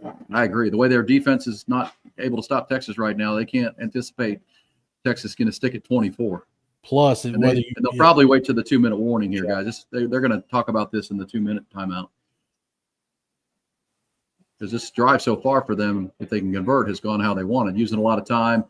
Again, they want to go 2 for 1 here, half into the second half. They could score a touchdown. They come out with the ball, but 2-minute warning time. Go ahead, Coach. Yeah, I would have been real surprised if they'd have snapped that ball before that 2-minute warning and not talk about that 4th and 5. They weren't. Well, it's one of those plays that if you can get it and score a touchdown before the half with the ball, you got a chance. If you don't get it, I mean, very well, game might be over at that point. If you lose this scoring opportunity, so it's a big one. But really, 3 points doesn't help, right, Coach? I mean, some would say kick the field goal, but you can't expect Texas to, the way they're playing offensively, to finish this game with 24 points. Right, exactly. All right, 2-minute warning brought to you by Callahan's General Store. I mentioned the yard and garden stuff, the pets and furry friends as well. Pets and live animals. If you go over there, they got live chickens. If you want to get a chicken coop going, if you do have live animals, they've got the birds out in the back in the garage there in the big warehouse that they have. You got all the supplies you need for your live animals and your hunting supplies as well, deer feeders and everything, plus all the way to the Western wear. Christmas is around the corner now in the month of November. They have great selection of jeans and hats and boots and Western shirts, great gear for the property, or looking good going out and doing some line dancing and two-stepping at Callahan's General Store. It's been there since 1978, and they're still family-owned and family-operated. My man Charlie Wilson and the team there at Callahan's General Store, Southeast Austin, between downtown and the airport. That sprawling 13 acres of property there between downtown and the airport off Montopolis, right there at 183. It's Callahan's General Store. Always a good day to make it a Callahan's Day. All right, what's your call here, Coach? What are you thinking? It's going to be 4th and 5. You probably get Pavia on the move and give it a run pass option. Maybe a run pass option. Yeah, I think it's got to be an option play of some type. That's the best short yardage play. I always like some type, whether it was a run pass option, whether it was a traditional dive back quarterback read in the end option, or zone read out of the shotgun, or whatever. But it's got to be, he's got to have a couple options. Of course, with Diego, you always have an option because he can take off running on anything. I think he's perfectly built for this kind of play, because if it's going to be a pass play, and if the pass is not there, they'll have him on the move. Then I think he'll turn it upfield and try to get the first down. Hey, Jeff, you play the Longhorn defensive side of it. There's coach with the offensive play call. What do you think on defense? If you're PK, how are you coming aggressive? Colin Simmons having a heck of a half. I mean, how do you try to wreck this play? Well, I say be aggressive. I worry now with Jelani McDonald in the locker room. Taft's out. You're having some issues at corner right now. I probably try to force the issue. You can look at it two ways. One, you can play it conservatively and still give up the play, or on the other hand, hey, let's just bring some pressure, try to create some havoc and disrupt that play and help our defensive backs out a little bit. Man, I try to let my guys, Brad Spence, Anthony Hill, Colin Simmons, I want them to impact the game right now. So here we go, big fourth down to start the final 2 minutes of the first half. Longhorns up 21. Yeah, there's your little roll left. They've been successful there. Completed pass, nice pitch and catch, and Derek Williams didn't get there in time. That's to the big tight end, Eli Stowers from the state of Texas. And now they can try to bleed the last 2 minutes. Longhorns are going to try to play some bend but don't break defense here inside of the 2 minute warning. But so far, this drive, Coach, going exactly how Clark Lee would have wanted it. He doesn't want to be down 21 points, but they're keeping their defense off the field, and they're trying to score right before the half here. It's a really good call on fourth down. Yeah, I like the play call. Probably were thinking roll right, and they roll back to the left side. Versatile quarterback. There's a little play action. They're going to try to get something to the end zone, but here comes Anthony Hill this time from behind, showing the speed and the closing speed, and that's a sack, and it's going to be 2nd and 17, and the clock is running. Big play by Texas. Colin Simmons like a big cat on the Serengeti that time. Man, Anthony Hill going towards the line of scrimmage. I need more of that. Yeah, he's so active, man. Coming off his best game this past week, he was the SEC's co-defensive player of the year week. Just was everywhere against Mississippi State, especially in that fourth quarter and overtime. Played a heck of a game. 2nd and 17 now. You got him where you want him. You force a field goal here, you feel like it's a big win because they've used a lot of clock on this. Now they bring the blitz, completed pass, but got half of that yardage back, so it'll be 3rd down and 10. They got the sack yardage back essentially on that. Longhorns, I like it, on 17 yards to go to bring pressure so they don't have much time to run their offense. Pete Kwiatkowski getting aggressive the closer they get to the end zone. Just saw a score flash. They had a receiver on the right side that was wide open that nobody covered. All right, timeout, Texas. Nice job. Texas let that thing wind down to 17 seconds. Take a one of your timeouts. You're not going to need them at the half break, and get a breath and put a good play together here. This is 3rd and 10. If you get a stop here, guys, the last one was 3rd and 5. This is 3rd and 10. You can probably force a field goal because depending on what they get on this 3rd and 10. Yeah, they're down to 17 seconds. I don't like the way we were lined up to that trip set right there. It was 3 on 3. It was 3 on 3. They can rub you. They can double move you. You have no help anywhere. And I guess the reason you can't give them help is because you're having to keep someone in to spy for Pavia. Yeah. That's the only thing. Typically, you'd have 4 on 3 out there. But I guess we've got to keep the guys in the box to try to contain Pavia. But I wasn't that. I don't have a good feeling if that's how they line up, and that's how we line up again. Hey, Jeff, what about Clark Lee on the other side? He used a lot of time there. I mean, this is one of those, even if they convert here, they only have 17 seconds. They'll be down to about 10 seconds after this play. They didn't leave themselves a lot of margin for error, even if they convert this first down. No, I was just thinking that too. If I'm Vanderbilt, I want to maximize this scoring chance right here. And they just bled the clock, and Texas took it with 17, but they could have stopped the clock at 35 seconds. And then if you get the first down, then you have more time to work with. You get the first down here, you're working on a tight budget. Yeah. I mean, good. That's good for Texas, but Well, yeah. I mean, the win for Texas would be to get out of here with a field goal allowed, but the last 7 minutes of the quarter expired. You'll take 24-6 at the half. 24-10, you'll take it, but you'd rather have 6.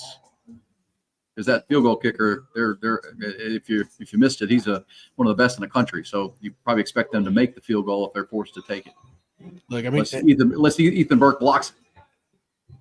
Going back to the OU game, as bad as Brent Venables and a half clock management was, I don't think I'll see anything more egregious than that the rest of the year. So, you're right about that. It's hard for me to jump on Clark Lee. Too bad. You know, We'll this last 17 seconds, as we've been talking about, is huge. Yep. If Vandy winds up getting a score, then they get the ball starting the second half. It could be a 24-17 game before we touch the ball again. Well, and I think that's what Clark Lee was hoping for when this drive began with 7 minutes to go, 6.5 to go, this exact thing. But now they'll always have a chance to stymie it. And if they do, well, then, it's just 6 minutes of the game gone with maybe 3 points. But your point is exactly right. Because right now, Coach Shipley, I don't think Clark Lee doesn't want his defense back on the field much at all because they can't stop Texas. Texas has 234 offensive yards. Arch Manning's thrown for 185. Trey Wisener in the run game are starting to get cranking. He understands their best defense right now is their offense. Yeah. Yep, that's exactly right. Well, I think this once again shows what we've been talking about all week too, in that every possession Texas has is critical. Yeah. Because you're not going to get that many possessions, because this drive right here is just perfectly defines Vanderbilt and what they do. Does. They just find a way to make first downs. And this play, this 3rd and 10 will kind of define the drive. If Texas can force a field goal, you'll be happy with that. But at the same time, if they convert, then they've got a chance to get a touchdown on the board with what they want. But let's see if the Longhorns bring pressure. Looks like the pass rushers are in, including Brad Spence from the bottom side. And now we've got help over those 3 receivers. So I like that. Spence actually drops into coverage. Good throw, good catch, touchdown. Wow, Vanderbilt did exactly what they wanted. 11 seconds, bleed the clock, get the touchdown, and Diego Pavia found a seam that time. Eli Stowers right up the gut. That's where Michael Tapp is normally patrolling, or Jelani McDonald. Both of those guys. How is that even possible? How is that even possible? That's not the first time this drive I've seen a guy running a little angle route vertically at an angle that's been wide open. Nobody there. Yeah, that's that's where Michael Tapp and Jelani McDonald normally would be, and both of those guys are out of this game right now. Of course, Tapp didn't even start, and look at Sark; he's not real happy. He's like Bob Shipley right now. How did that even happen? No, but he knows how big that was. Clark Lee, that's their way to get back in this game, was to get a touchdown while using the clock, keeping Texas off the field. Now they get to go make some adjustments at halftime and come out with the ball. But I haven't seen a replay yet of that touchdown. I'd like to see how that went, but they got it between the safeties, and kind of know down here too, Coach, that Eli Stowers, the tight end, is going to be the number 1 target. Yeah, kind of like not covering Travis Kelce for the Chiefs. Yeah, that's exactly right. Well, they attacked the right guy. I mean, Xavier Filsaime is going to be a really good. Well, just look. There's nobody in the middle. Look at that. Yeah, nobody. Yeah, it was just too easy. Too easy. Longhorns give it up, and then we can't tackle. Yeah, you still could. That's a good point. You could bring them on to get into the ground. Then they have a clock issue. Of course, that's a nice thing about having a tight end like that, because they are bigger and they are stronger and they are harder to tackle. So just good strategy, good play call. Well, even if but you know what? If you don't cover it, which is cover 1, Xavier Filsaime has to wrap up and tackle there, because at that point you force them to score with 11 seconds to go, and you can play some goal line defense. Again, that's a young guy who will learn. Stowers isn't going to go down with the shoulder block at the 5-yard line. No, with momentum too. No, you really needed to wrap him up, and that didn't happen. So win for Vanderbilt there with that drive, the touchdown, cut it to 14, and pretty much go to half here. But the Longhorns still have to be pretty pleased with where they are, with the 9th-ranked team in the country in their building, up 14 points. I'm assuming they'll just get this thing to the intermission. We got it out to the 40. Yeah, you're right about that. What is Vanderbilt doing here? Yeah, that was like Bobby. I saw that, Bobby. He dropped the fiddlesticks. He was not happy. No, well, I mean, all of it. Don't cover to Stowers, who is going to be the number 1 target, and then don't tackle Stowers after you allow him to catch it. That's compounding problems. Yeah. They haven't had many in the first half, but that was one right there. Yeah, interesting. Vanderbilt with a short kick. The Longhorns are going to have the ball. They're one completion away from possibly trying to kick a field goal here, and there it is. They got a timeout. See, well, yeah. And is now Emmett Mosley banged up now after that? Slid to the ground, but got up grimacing. Of course, he missed the first month of the year. Let's hope he's okay because Ryan Wingo's already out of this game. Longhorns need a bye week at this point, it feels like. We got to call a timeout. Yeah, okay. Yeah, timeout called. You wonder what Arch is. Do Hail Mary here? Do you try to kick a long field goal with Mason Shipley? Sark knows that bad misses from the 46-yard line. Be a 63-yarder, something like that. Yeah, there's not a lot of wind today. There hasn't been much. Kind of a slight breeze, temperatures in the upper 60s, and looks like they're going Hail Mary here. Yeah, unless Justin Tucker's in the stands and has a game of eligibility left, I probably – we get Brandon Aubrey as a pinch kicker. Call him up, see if he's available. But, yeah, the Longhorns probably just trying to throw one to the end zone, see what happens. Get your big receivers an opportunity here. Got to protect it first. Now there's going to be a timeout called, I think, by Clark Lee.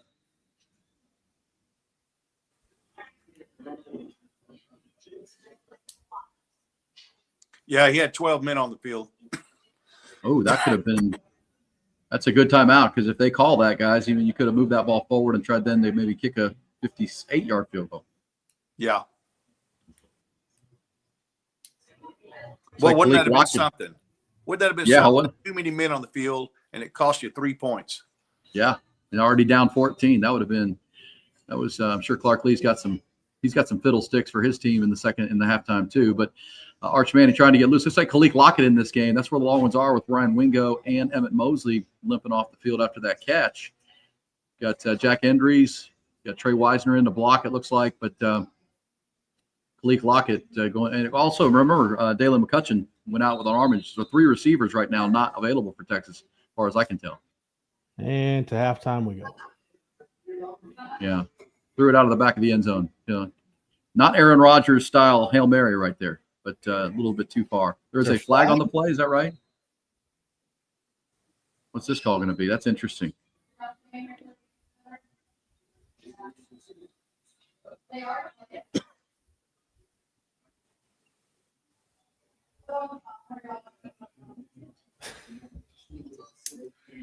Clark Lee is wondering what the heck. Can't get to halftime fast enough for him right now.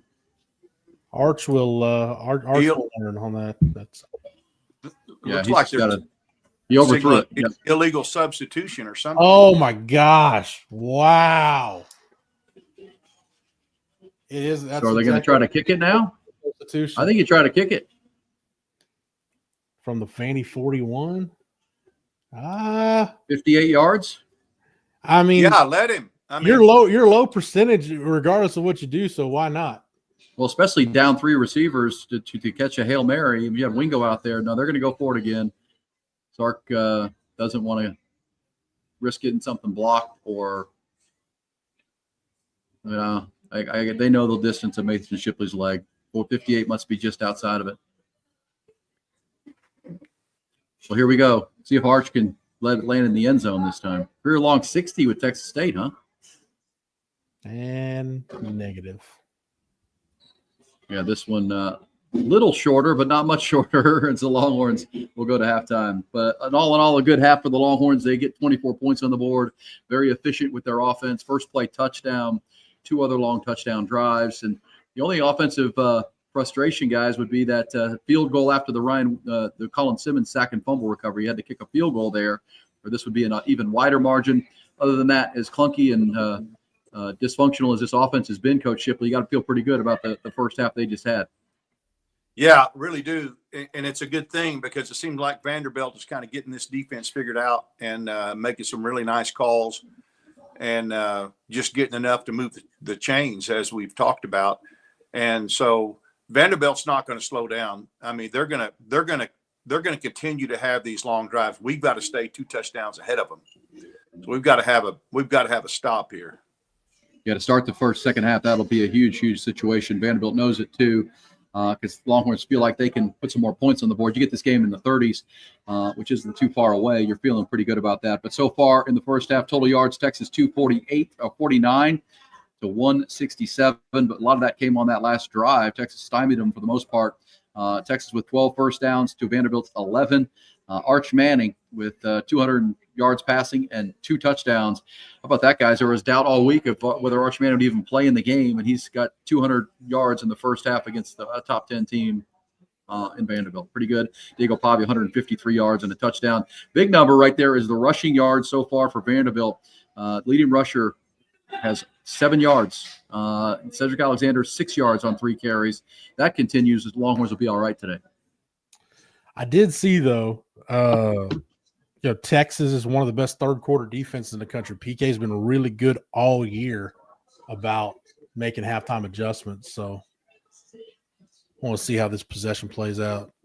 Yeah, there's Bobby. Sark going into the half said what Coach Shipley said. Shouldn't have had a miscommunication coming out of that timeout. Defensively, they might have scored, might not have, but it shouldn't have been that easy. 100%. Fiddlesticks, guys, fiddlesticks. Yeah. Coach, what are you doing for your birthday? I'm doing it, baby.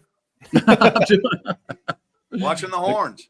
Watching the I Horns. went out and watched a couple of grandkids' soccer games this morning, and that's what granddads do. And Nice.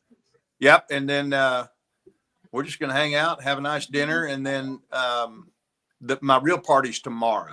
My wife is having my daughter that lives here in Abilene and her husband and my 4 grandkids over for a meal, catered meal tomorrow. So I'm pretty blessed. Wonderful. Yeah. We all are, but you on your birthday for sure as we get it going. Coach, we always do this at halftime here. What's your speech if you're Sark? Just keep your foot on the gas on the accelerator. But what are the defensive adjustments you'd like to see? Absolutely. Yeah, just keep doing what you're doing on offense. Let's keep making plays. It's going to come down a lot to, whether Sark continues this theme in his play calling and his attitude about his play calling, and I think we'll be fine. Defensively, we cannot have busted assignments. I don't know if they're showing us things that we haven't seen or whatever, but one thing we have seen a million times is how to make a tackle, and we have missed too many tackles, in my opinion. I don't like playing off receivers that much. Unless you're in that bend, don't break deal. But if you take that away from them, for a while, it didn't seem like they had much else. But they've been scheming us a little bit, and we got to get that figured out and stay one step ahead of them and not continue to make the same mistakes because, twice, just happened to notice twice receivers running wide open across the middle on just a little vertical angle route, and he didn't see them the first time. Obviously, he did the second time. Probably couldn't believe that we had nobody anywhere around one of the best tight ends in the country. Yeah. Well, and I didn't see if he was rushing the passer, but kind of odd on that touchdown pass, Jeff, to not have Anthony Hill on the field. Anthony Smith was there. Did they go dime defense? I'm not sure, but didn't see zero. He wasn't on the field. Yeah, and I see a lot of talk in the chat about the timeout, and it's not ideal. But look, I think Sark's frustration is you don't want to burn a timeout there. But if you got a miscommunication or it's personnel issue or your alignment issue, it's worth the risk of taking the timeout to make sure you're right. It's still being wrong when you come out of the timeout is why he was so frustrated. Well, and Coach, you called it. You said you didn't like their alignment. That's why they called the timeout. I didn't. But as the way the play turned out, they lined up the way I thought they should. And so maybe they should have stayed in the first alignment. Yeah, well, and I don't think we can overstate, not having Michael Taft to start the game. That obviously has an impact there. But at the same time, Jelani McDonald goes to the locker room during the first half. Those are both your starting safeties, and neither are out there on that play. So that's the negative. The positive is the 24 points on the board here for the Longhorns. As we talked about, really a good game plan. Maybe Sark's best play calling. Not maybe. It is his best play calling first half or half of the entire season.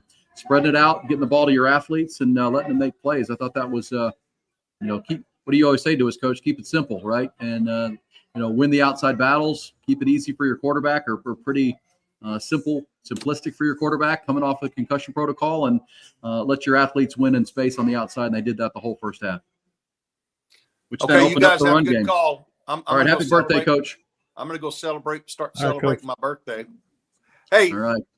hey, thanks for all of the chats. Happy birthdays. I really appreciate that. It's not fun turning 65. Whew. But hey, Well, yeah, hey, at least just a I'm on number, better. Coach. Older the violin, the sweeter the music. You know what I'm saying? Yeah. Go enjoy your birthday weekend. Yeah. All right, Jerry. All right. Jerry, Thanks, guys. happy birthday, Coach. Jerry, how about you, buddy? What'd you think of the game? First half, frustrating last drive, but other than that, pretty much all tens from the Russian judge. You're muted. Who's Texas going to have healthy at wide receiver a second half is a question for me. I mean, Emmett Mosley gets hurt at the end of the half. So you're down Dalen Wingo. McCutcheon. Yep, Dalen Dalen McCutcheon got hurt. Yep, he looked like he might have had something wrist, arm. And then Emmett Mosley hurt at the end on a sliding catch. Or if that ball would have been accurate, that might have been a big play, man. That would have been a field goal. I'd be interested in the post game if somebody asked Sark why he didn't kick a field goal there at the end of the half or try it. 58-yarder. Mason Shipley's got the leg. I might have tried the field goal there. But this is the biggest. Everything's the biggest. I'm not being hyperbole. Now this becomes the biggest offensive possession of the season for Vanderbilt coming out of this because they get the ball. That touchdown was huge at the end of the half because if they go down and score a touchdown on this drive, it's anybody's ball game. We're right back to where we were, Jeff. I mean, we're 24-17 and anybody's ball game. And you would actually say, hey, well, does Vanderbilt have the momentum? But I think one of the interesting, Ty Anthony Smith was out of position there on the touchdown. He was lined up, and I think Greg McElroy said that on the telecast. He was lined up out of position on that play. There was no reason for him to be shading to the right on that formation, and that put him not in position to affect Pavia's vision. And look, because nobody was there, that was an easy throw for Pavia. If Ty Anthony Smith had been there, that would have created hesitation, and that play would have been totally different. So Ty Anthony Smith out of position there. But I like everything I've seen from Texas to this point. I mean, considering Jelani McDonald and Taff are now out, but I think the biggest key for me is they got to keep pressuring the heck out of Pavi. If they make a couple of big plays, they make a couple of big plays. But this pass rush, Texas has serious athletic advantages, and they have to keep taking advantage of those in the second half. Yeah, I'm with you, Jerry. You just got to get a stop right here. You got to get the ball back right here. You look at Vanderbilt, their last two drives, 10 points on drives that went 9 plays, 53 yards and a field goal, 13 for 75 and a touchdown. I mean, Vanderbilt's up 9 minutes, basically 9 minutes on time of possession.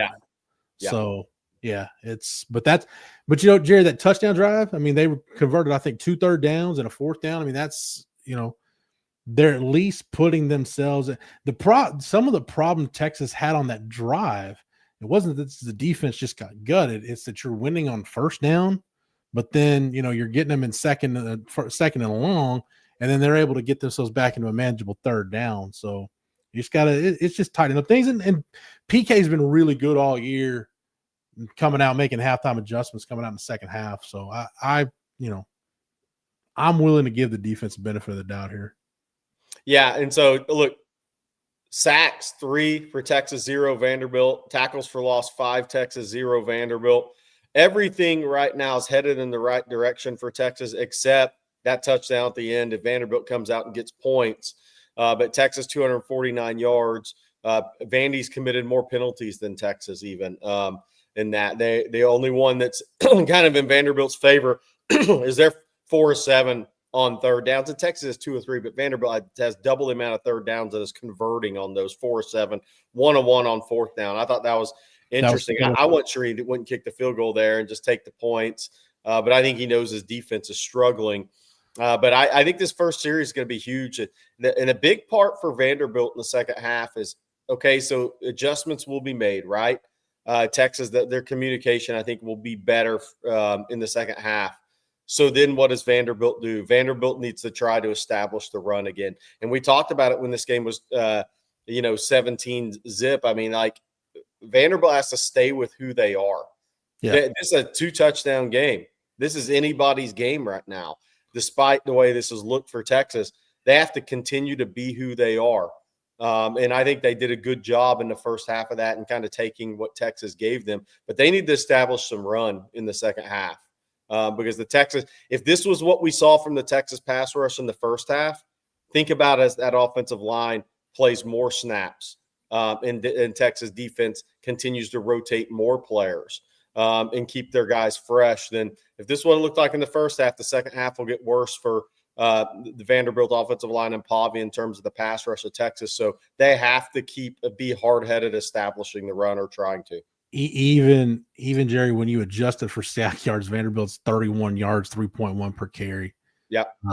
Yeah, they've gotten pretty much nothing Yeah. from their run game. I mean, if you look, all things considered, if you'd have told me, hey, Texas will be out rushing Vanderbilt 49-14 at halftime and they'll be up 24-10, I'd take that all day, every day.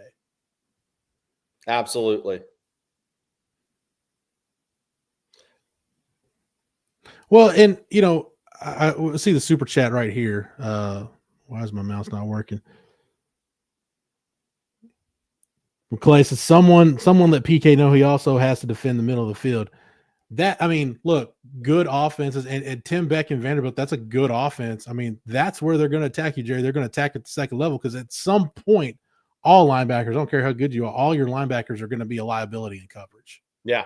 So, yeah. No doubt. And by the way, I think the linebacker communication is really big in the second half of this game because Pavia, one thing he's experienced and he is smart. And that is the one area that Texas can get into some issues because that last touchdown to me was more of just alignment. And that's communication. That's alignment right there with Anthony Smith. I mean, he should not have been aligned there in that play, especially not when Stowers is playing big slot. So that I think the communication and alignment at the linebacker spot is going to be huge in the second half of this game because that's where if you think about the first half, yes, Texas is playing the off coverage, but what are they going to do? They're going to try to attack the Texas linebackers in coverage, especially if Anthony Hill is going to be more of a pass rusher in the second half, or like he has been the first half. They're going to play him downhill more, which I think they need to do. Then the Texas linebackers is where Vanderbilt's going to attack because they know they're not going to have time outside of it. No doubt. All right. Thanks, guys. Little potty break there in the halftime. Longhorns up 24-10. Also, let's give some props to CJ Baxter, his first touchdown of the season. Jerry, I know that's a kid you like a lot and covered in recruiting. For him to come back through the knee injury, through the hamstring injury this year, to get his first touchdown on the board on a catch was big. Ryan Wingo had a big first half, including the first play of the game, much like last week against Mississippi State when he nearly scored on the first play of the game. But you just said it. The injuries of wide receiver have to be concerning right now. I mean, you're down to Evan Mosley and DeAndre Moore. On that Hail Mary attempt, you had Khalif Lockett in the game. Yeah, they're going to have to manufacture, because that's been the biggest advantage in this game so far is Longhorns receivers on the perimeter winning, their one-on-one battles and using their athleticism. We'll see. Clark Lee's going to make some adjustments there, but you got to have to find some guys who can catch the football. Yeah, and Randy Cole, I totally agree with this. You're going to need to score 30 points to win. I think Texas is going to need 31-34 to win this game, unless Texas defense is a lot better in the second half in the back seven in pass coverage. The missing tackles to me right now is more of an issue than playing soft coverage. This is about as rough as we've seen Texas try to tackle on the back end all year. And Filson, you will learn, Jerry. I mean, as a young guy, you can't an NFL tight end like that. You can't just try to shoulder block him at the 5-yard line and expect it to work. You just turned a fender bender into a fatality right there with the missed tackle at the 5-yard line. So yeah, because if you wrap them up and get into the ground, as we said, you got to have them navigate the clock. It's only 10 seconds in the half, and they've got to score. And Texas has been great at the goal line. That's bad. And as Coach Shipley mentioned a few times, Jerry, the defensive backs without McDonald and Taft, they're taking bad angles. One of the reasons they're missing tackles, they're taking bad angles to the ball carrier. Yep. And that's got to change here. So right now, Longhorns beat up. They're in a good place, up 14, holding Vanderbilt to just 14 yards rushing. But they're banged up at safety, and they're banged up at wide receiver coming into the second half. I'm gonna let Rod and Jerry hold it down the rest of the way. Y'all enjoy the game. All right, Rod. So, all right, Rod, we're going to see if Emmett Mosley plays the second half. They need him to play the second half. But your thoughts, what you saw first half, especially that last series defensively. It looked like Ty Anthony Smith was misaligned on that touchdown pass to Stowers. But what were kind of your takeaways from the first half? Well, I think it was bad coverage. It was a bad coverage call. I mean, they were in cover 2, I believe. Yeah. I think they were cover 2. That against that empty formation 3-by-2, that's you just got to either give Vanderbilt credit or you got to admit like that's a bad coverage call down there because you basically had nobody over Stowers. Yeah. Once Anthony Hill came to blitz, there was a simulated pressure. He sent 4. Once he blitzed, that was like he could have threw it immediately, or I kind of waited for him to kind of clear the first down mark because it was 3rd and long. But man, you got somebody paying attention to the best player, arguably on offense, other than Pavia. That's why it looked like to me Ty Anthony Smith might not have. Yeah. He didn't understand what the call, the defensive call, because he's got to slide.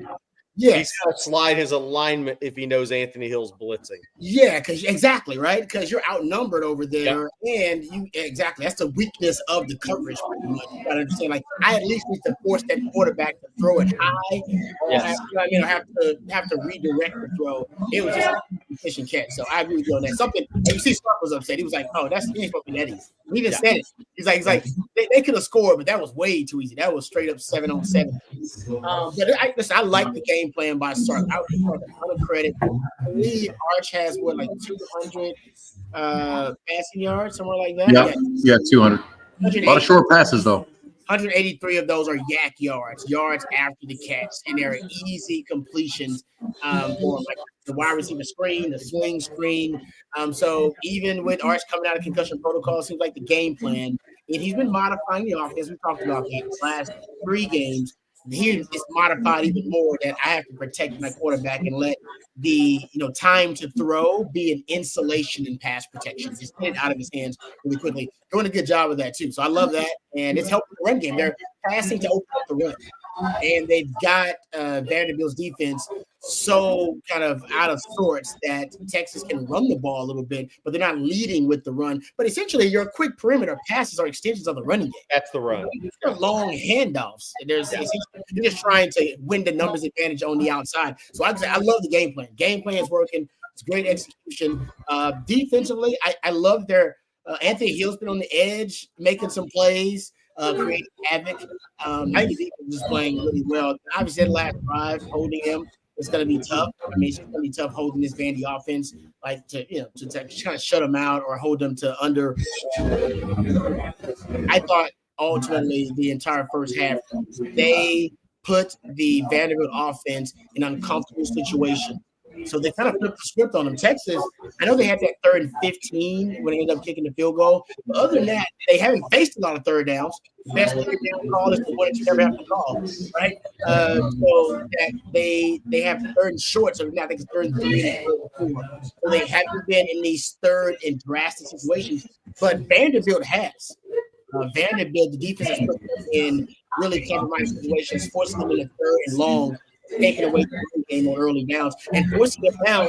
Texas up big. Well, they were up big, but still up. They got to throw the ball. They can't control the clock. They don't have that type of control right now of the game.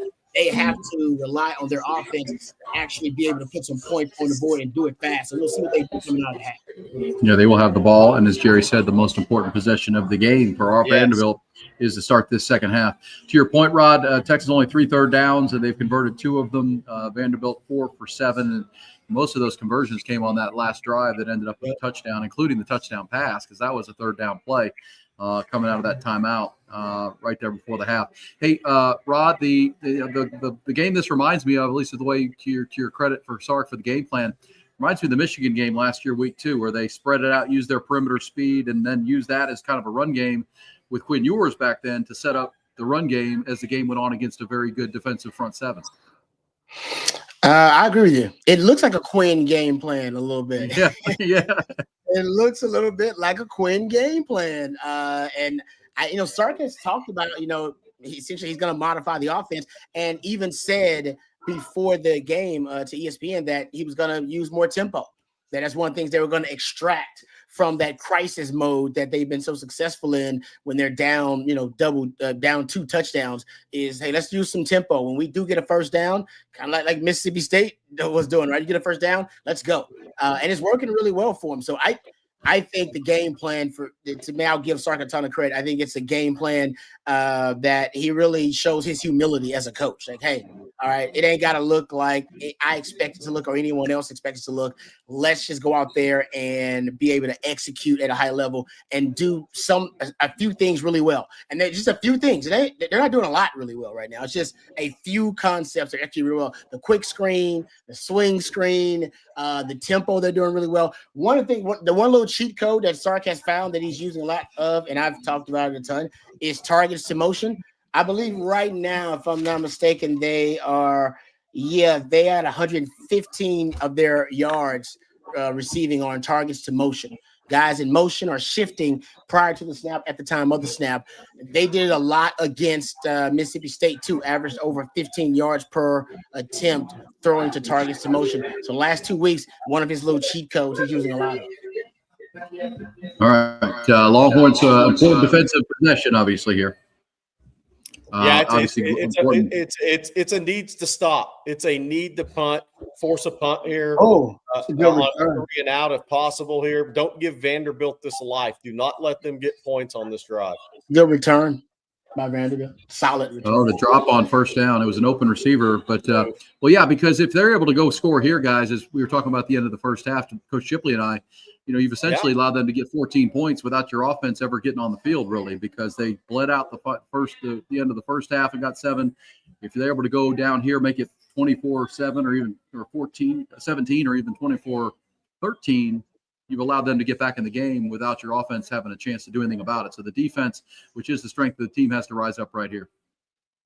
2nd and 10 here. This is a big down. Every time we get to this point, you get into 3rd and long, you're in an advantage against this offense. If you let them win this down, they get the advantage. And that should be holding on Colin Simmons, by the way, that they call it. Back-to-back drop passes. It's going to be 3rd down. Nice coverage that time. How did they not throw a flag? I know Colin Simmons got mugged. Manny Muhammad on the coverage that time on the safety or on the big tight end.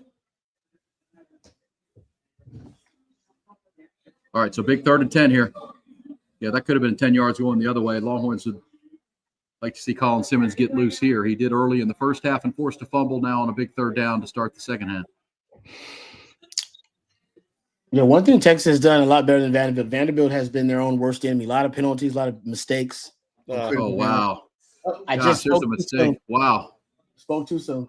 I've never seen that before. Do you see that? The cornerback came up and just whacked the – Rod Sark's like, what is he doing? Yeah. I don't know what that is. I don't think I've ever seen that before.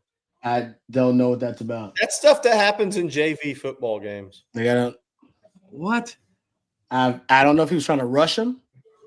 I don't know. I mean, even if the ball was snapped, what was he doing? Sark is confused right now. Sark's got some fiddlesticks. I feel like I jinxed him. I literally was talking about how they hadn't made mistakes in critical moments. Oh, man, that's just a bonehead play. Makes no sense. See if the Longhorns can bail them out, get off the field. Here they come with the pass rush again. There it is, Anthony Hill. No, this time it's Brad Spence. They all look alike, for crying out loud. It's like, oh, now there's a flag. Okay, that's going to be holding, and they're going to decline it, and the Longhorns are going to get the ball back. Look, these guys, Rod, we talked about it all week. If you watch the Missouri game, these guys are not good in pass pro. Yep.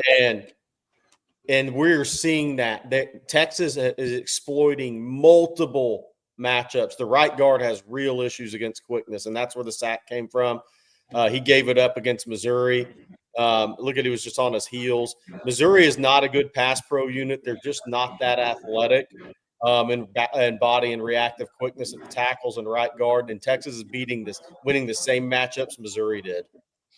Yeah, no, I mean, they're one of the best run blocking units in the SEC, but pass blocking wise, they're actually one of the worst in the country. We talked about it, and I'll say that I think Texas has done a good job putting them in a desperation mode. They don't operate well in a desperation mode. And that's what they've done by getting up double digits on them and taking away the run game on the early downs. You put them in desperation mode. Pavia is not a skilled passer. I mean, you're talking about he's not. passes of 15 plus yards. He's actually like 67th and 73rd ranked in completion rate on those passes. So you just got to get them in a passing situation. That's what Texas is doing a really good job of. They got to throw the football now to win. And against Texas pass rush and their offensive line, that's advantage Texas. Well, the other advantage is you get Mosley back in the game out there with the first team. That's good news for Texas. They needed one of those receivers to come back. they did. There's Trey Wisner dancing. He's going to pick up positive yards on first down, fall forward for 4. That's a good first down play. Interesting, guys. The other thing about Pavia, he's not a skilled passer, Rob. He's also short. So when you get your hands up and he can't see over people, that really gives the advantage defense. That's why you get into passing downs. Real advantage. All right, so there's quick pass is going to set up a third down. This is one of those points of a ball game. It feels like if the Longhorns, feels to me, that if they avoid turnovers on offense, they're going to be okay in this game, the way they're playing. But that's the one thing you can't do now is turn the football over and give them short fields. Down 14. Got to take care of the ball. End every drive with a kick from here on out, Rod or Jerry, right? Yes, absolutely. Yeah, as long as you don't give them anything easy. Nice throw. Emmett Mosley with the catch and run. He's going to be across the 30-yard line out to the 31, and Texas is in business. Nice throw that time on a third down by Arch Manning. Stepped into that, rifled it into the soft spot of the zone. It seems like with Arch, when his progression reads are on the left side, he's more accurate.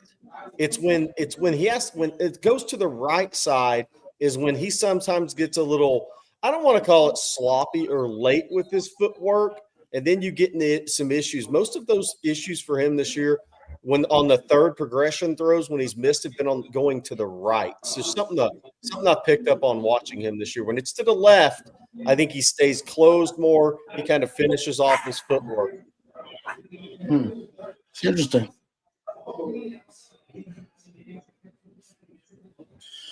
Yeah, he's interesting. He keeps his feet under him. He keeps that base and steps right into that throw on the left side. All right, here comes Arch on another quick throw out to straight dropbacks. He's way better at straight dropbacks because his footwork isn't so erratic.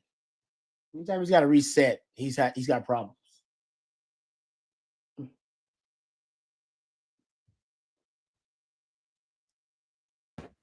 All right, another first down for Texas. 2 on this drive. The Longhorns are out across the 40-yard line, approaching midfield now with a 14-point lead. Arch Manning now 15 of 20 completions at a high level today. Another good throw into the zone, and there's DeAndre Moore inside the 30-yard line. Longhorns are getting in chunks right now. Arch Manning is in a rhythm. The protection is really good, and Texas just continues to roll offensively. Tempo. Up over 300 yards of total offense here in the early third quarter. Tempo and leading with the pass is working for him. And the pass protection, which has been wretched at times this year, has been outstanding so far. Moving Cole Hudson to left guard with Connor Robertson at center, DJ Campbell. It's really helped that interior. Here's CJ Baxter. It's a nice mix of run and pass, just kind of run to keep them honest, and then fortune them with the Arch Manning's right arm. Yeah. Look, Texas backs have 11 carries for 51 yards. If you can average that out and you get to 20 carries, you will walk out of here with 85, 90 yards. That's where you want to be. Because the defense has to be pass first, though. You're forcing the defense to be pass first. You're getting light boxes. Yeah. Yeah. And Arch Manning now with a passer rating of 221.8 for this game. He's cooking. He's playing well. Well, and it's a great game plan that he's gotten settled in and really now stepping into some good throws. Another one there, almost caught with one hand by Parker Livingston. He sure likes to put his roommate into kind of precarious situations sometimes. Yeah. Wow. I'm sure Parker's like, hey, man. It's the trust exercise. Yeah. It's a trust exercise. I need you to fall and drop and trust I'll catch you. I'm sure at the place at night, he's like, hey, Arch, man, can you stop with that stuff?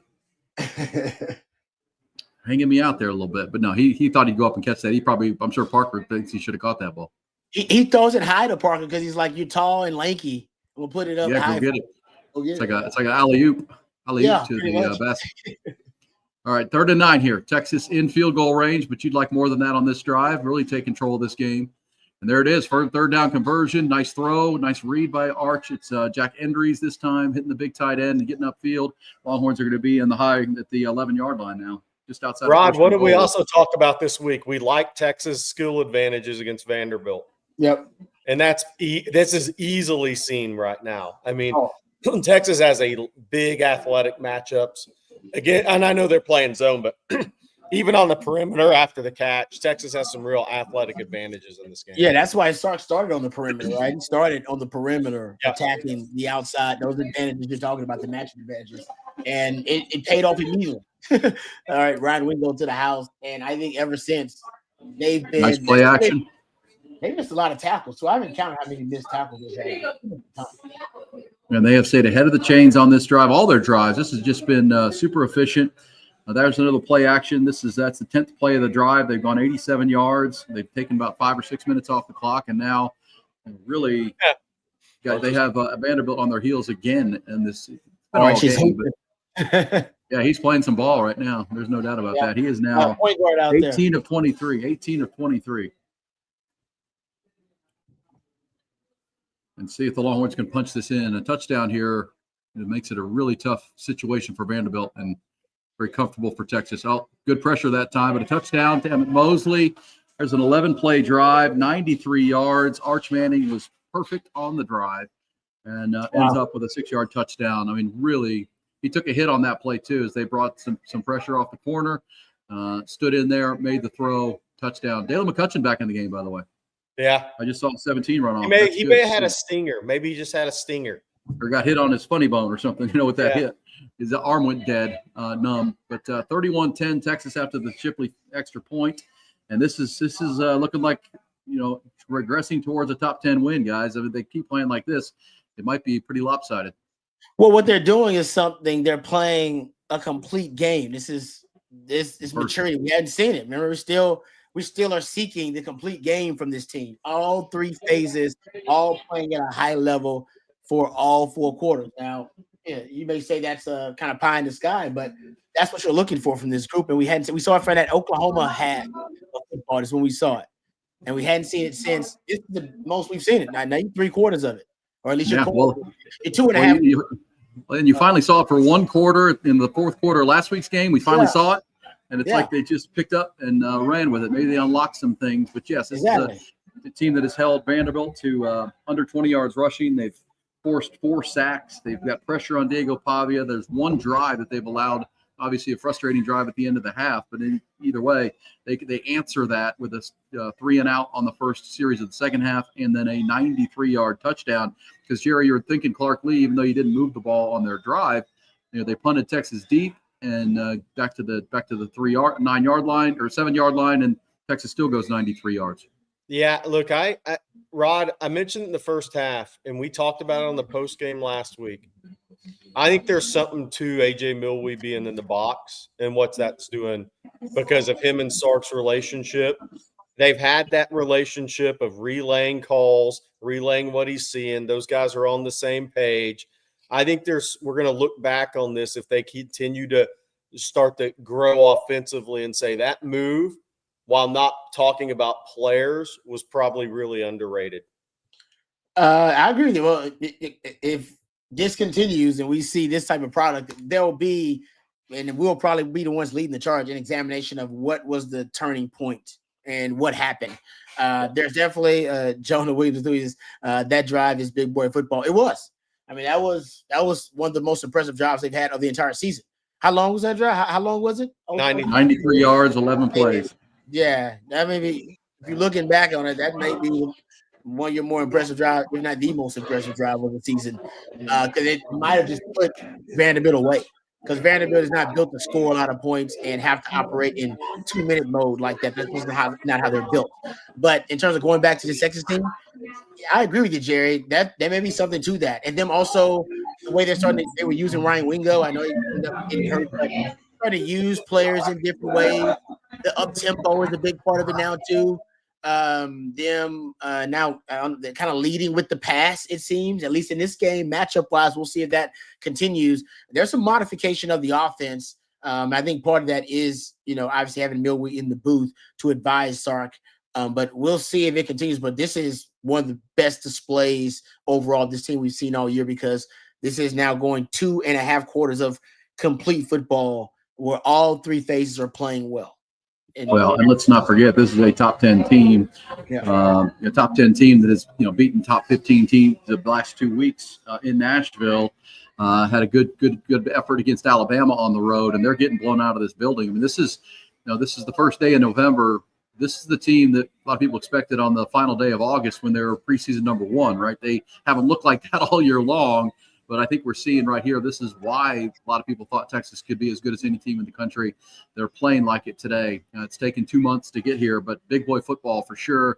Offense, defense, special teams, Arch Manning playing at a high level, receivers, racking up catches. And Arch Manning is now 19 for 24 for 287 yards and 3 touchdowns, a passer rating over 220. And he didn't throw an incompletion on that drive. I believe he was 8 for 8 on that drive. No, he looks good. All right. And he did take a pop, but it popped right back up. CJ Baxter helped him up, and the Longhorns now back on defense. And Jerry, you said this in the first quarter when it was 17-0, and you're like, well, they got plenty of time. They don't have to get out of what they're doing. Now down 21 with 9 minutes to go in the third quarter, they probably need to change up, but they can't block Texas's pass rush. That's the problem. Their offensive line is going to be in harm's way unless they roll protection every single play. If it's in the pocket, they're in trouble. Jason, where's Rod? Been really disappointed with Akina and Orfe's impact. I mean, still remains to be seen. I mean, it's still one of the better defenses in the country. I'll admit the Kentucky game with Cutter Bowley, the bend but don't break philosophy, they gave up some plays, some explosive plays. Mississippi State, of course, with the up tempo, I think gave the DB some issues. So, I mean, this game is built a little bit better for the Texas secondary because they don't have the speed on the outside or the skill. But I think you gotta still leave them a little bit more room to see if Akina's impact and Orfe's impact will lead to more man coverage and lead to them making more plays on the football. Well, they are playing today without both starting safeties at this point from the Dwayne Akina side of things, and the young guys are not playing great. But still, that time Grayson Littleton came on a delayed blitz and kind of had a free run at Diego Pavia and overran it and let him get out the gate, and he ends up with a first down. That's a play that could have been made that wasn't. That's what Diego Pavia does, though. Here's a nice one. Dang, thank you, Bobby's Mayo Spreader, for $50. That I've been hating on Arch, but the dude is rugged, hangs in the pocket. Teammates love him. I've been hating on Arch, but the dude is rugged, hangs in the pocket. Love him. Thanks a lot. Yeah, he's won some fans. There's a face mask on Texas. This is what you can't do is get sloppy, guys. Missed a tackle on one and now a face mask. Yeah, and we've said the one thing we've said about Arch continuously is it means a heck of a lot. That was just trying to make a play there. It's unfortunate by Zena. Yeah, Leonga Lafell trying to come off the block, and he didn't even grab the face mask almost as much as he just put his hand in his face. It means a hell of a lot for Arch to wear the Texas jersey, and he plays like it every week. Even when his real struggles, UTEP game, things such as that, it means a lot for him to wear the jersey at Texas, and he is tough, and it has been a rough go for him. It's getting better, but his toughness and love for the jersey he wears is never and will never be in question. All right, 3 plays, guys, and they're let's not get a 50. Oh no. Oh geez, this is just dumb. Well, Xavier Filson is now going to get, after another first down, is going to get a 15-yard penalty, hitting Diego Pavia out of bounds. And this is not there's been some young guys. Grayson Littleton over pursued on a blitz, then a face mask on the foul, which was forgivable because it was just trying to make a play. And this one is going to be a 10-yard gain with a 15-yard additional penalty, I think, on number 17. You're continuing to tackle him. Okay, you got him. You know he's out of bounds here. What are you doing? I mean, There's also a block in the I will back say on. Pavia grabs him. Pavia tried to Pavia NBA him and pull him with him. Pavia pulls him with him. Yeah. Yeah, He does. Pavia wouldn't let him disengage. That was a veteran move because Pavia grabs him, guys. That was a good move by Pavia. Yeah, that was kind of a bait. I mean, because Philsomy's still holding him, but yeah, he held on to him as much as anything. He held on. So I'm not Philsomy did. He was too overly aggressive, but he did grab. Well, he had his hands out like he was doing a swan dive. I mean, he's trying to get off of him, but Pavia's doing the veteran move, old wrestling Pavia move. was smart when he didn't let go. Once he stepped out of bounds, he pulled him. Savvy move. Savvy move. Yeah. Also, there was a block in the back on that time on Derek Williams got blocked right in his back on that same outside. But they're already to the 20-yard line. This hasn't taken long, guys. Longhorns have to keep their head in this game. This is their worst defensive possession, even worse than that drive before the half, because at least they forced some third downs. This is coming too easy right now, and the Longhorns have given them 30 yards in penalties on this drive. Good thing is we're already at 7 minutes to go in the third. Yeah. All right. There's Diego Pavia, incomplete. And now I love it when they take a shot and don't convert, because now you got them where you want them, 2nd and 10. If you can win this down, you get a chance here to bring that pressure. By the way, that's a touchdown if it's an accurate throw. Yeah, it was. Manny Muhammad to the corner. But, yeah, that's Pavia, though. He does what he just did to pick up 30 yards, and then he'll miss a throw. 31-10 Texas. What you don't want is a quick score, and that's what they're trying to get at Vanderbilt right now. They don't get a lot of quick scores. Yeah, they're not built that way. Right. Oh, wow. That was a good route. It's going to be a legal procedure, which is going to make it 2nd and 15. They were all discombobulated on the offensive side of the ball that time. Going into this game, though, I mean, we talked about how Vanderbilt and Texas were two of the most penalized teams in the country. Yeah. Both, both of them are in the hundreds in terms of penalty yards per game. And both are at 5 right now each. Yeah. Texas with 2 on this drive for 30 yards. So other than that, they've been pretty clean so far, but this drive not the case. But now 2nd and 15, Texas with a chance to really get after it and put a kibosh on this drive that Vanderbilt's on. You wonder if Vanderbilt's in 2-down territory or 4-down territory all the way home here. I think they kind of got to be. I don't know if field goals are going to help them the way their defense is getting shredded. Dane Livingston, why is our 5-star number 1 safety recruit Jonah Williams not playing with 2 safeties down? We missed a lot of time this year. I mean, he's missed a lot of time, and he is not – I mean, he's missed more than half the season of practices. So, well, remember, he was playing baseball during the spring. Yep, and he wasn't around for spring, so that's kind of part of the game here is he has not practiced or played much football with Texas.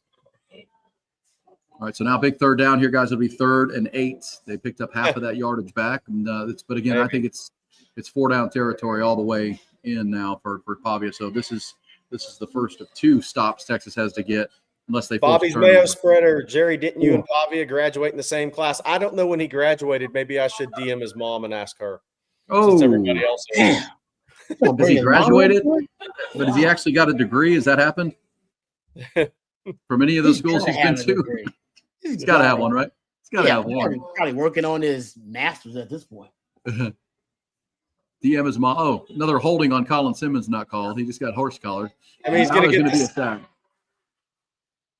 I mean, how's that not a holding call?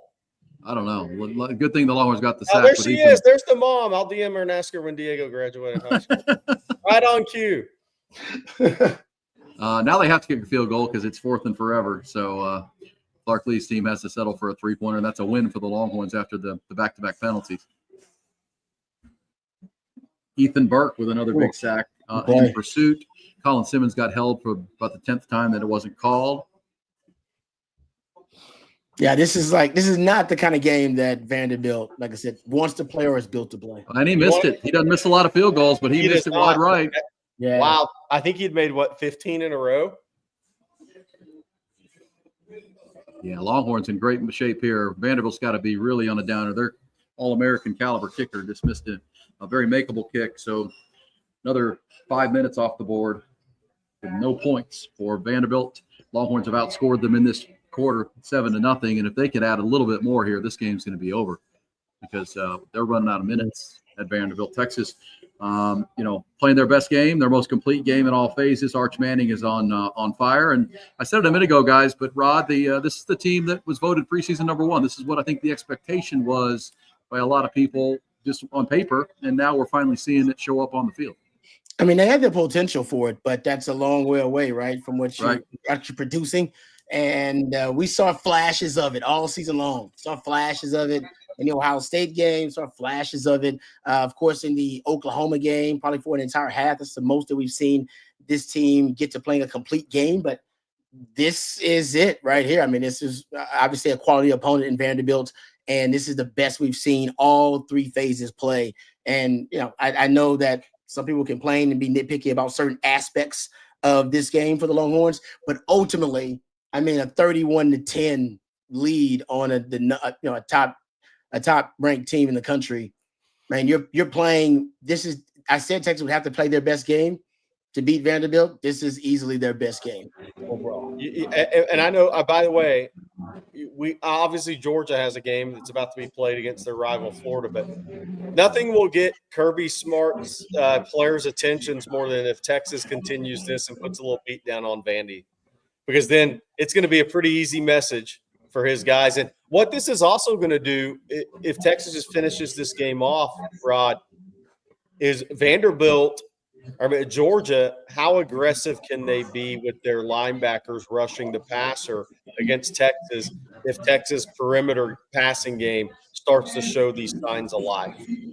That's an interesting thing. What is Georgia? Now, Georgia dominated it last year. But what does this do now? This is different from what Georgia thought they were going to see in 2 weeks potentially. Well, and I'll say this. I mean, the Longhorns also, they haven't been able to handle Georgia's front seven, and we're not looking to the Georgia game just yet. But to your point, Jerry, that this will get Georgia's attention for the Longhorns going into a bye week. And they don't have the secondary they've had in the past. There's no Kamari Lassiter back there. There's no Malachi Starks. They are very good up front, and they've got a good run defense, but they do not have the coverage players that they've had in the past, which is Kirby Smart's, main that's what he grew up as a secondary coach. So Arch Manning getting hot at the right time. You got to get some receivers healthy here with the Wingo situation. And safe to say, Rod, if they can hold on to this lead with 20 minutes of football to go, they're going to have a very, there's an opportunity with the bye week to get some guys healthy and really, kickstart to the finish line kind of thing. Yeah. I mean, we all thought that Texas had found some of their formula to have an identity on offense and, found kind of their recipe to win versus Oklahoma. But turns out it might have been, that Mississippi State game where you kind of found your mojo, whatever it is. And they've this is one of the first games where we've seen continuation from one game to the other in terms of the identity, in terms of how they're playing. So I do wonder, this is matchup specific. We all agreed you were a good matchup. This Texas was a bad matchup for Vanderbilt. Good matchup for Texas, right? I think everybody said this, like, oh, this is kind of a bad matchup for Vandy. I think Vegas saw that. Everybody saw that. Yeah. Will you continue to do this type of, obviously, this game plan, this identity on offense when you face a different team? That's what I wonder, because I know why you were like this versus Mississippi State, because the situation called for it. You had to get into do or die crisis mode. There was a sense of urgency throughout all three phases. You continue that against Vandy. I think they flipped the script on Vandy, and now they've forced Vandy to play from a desperation mode.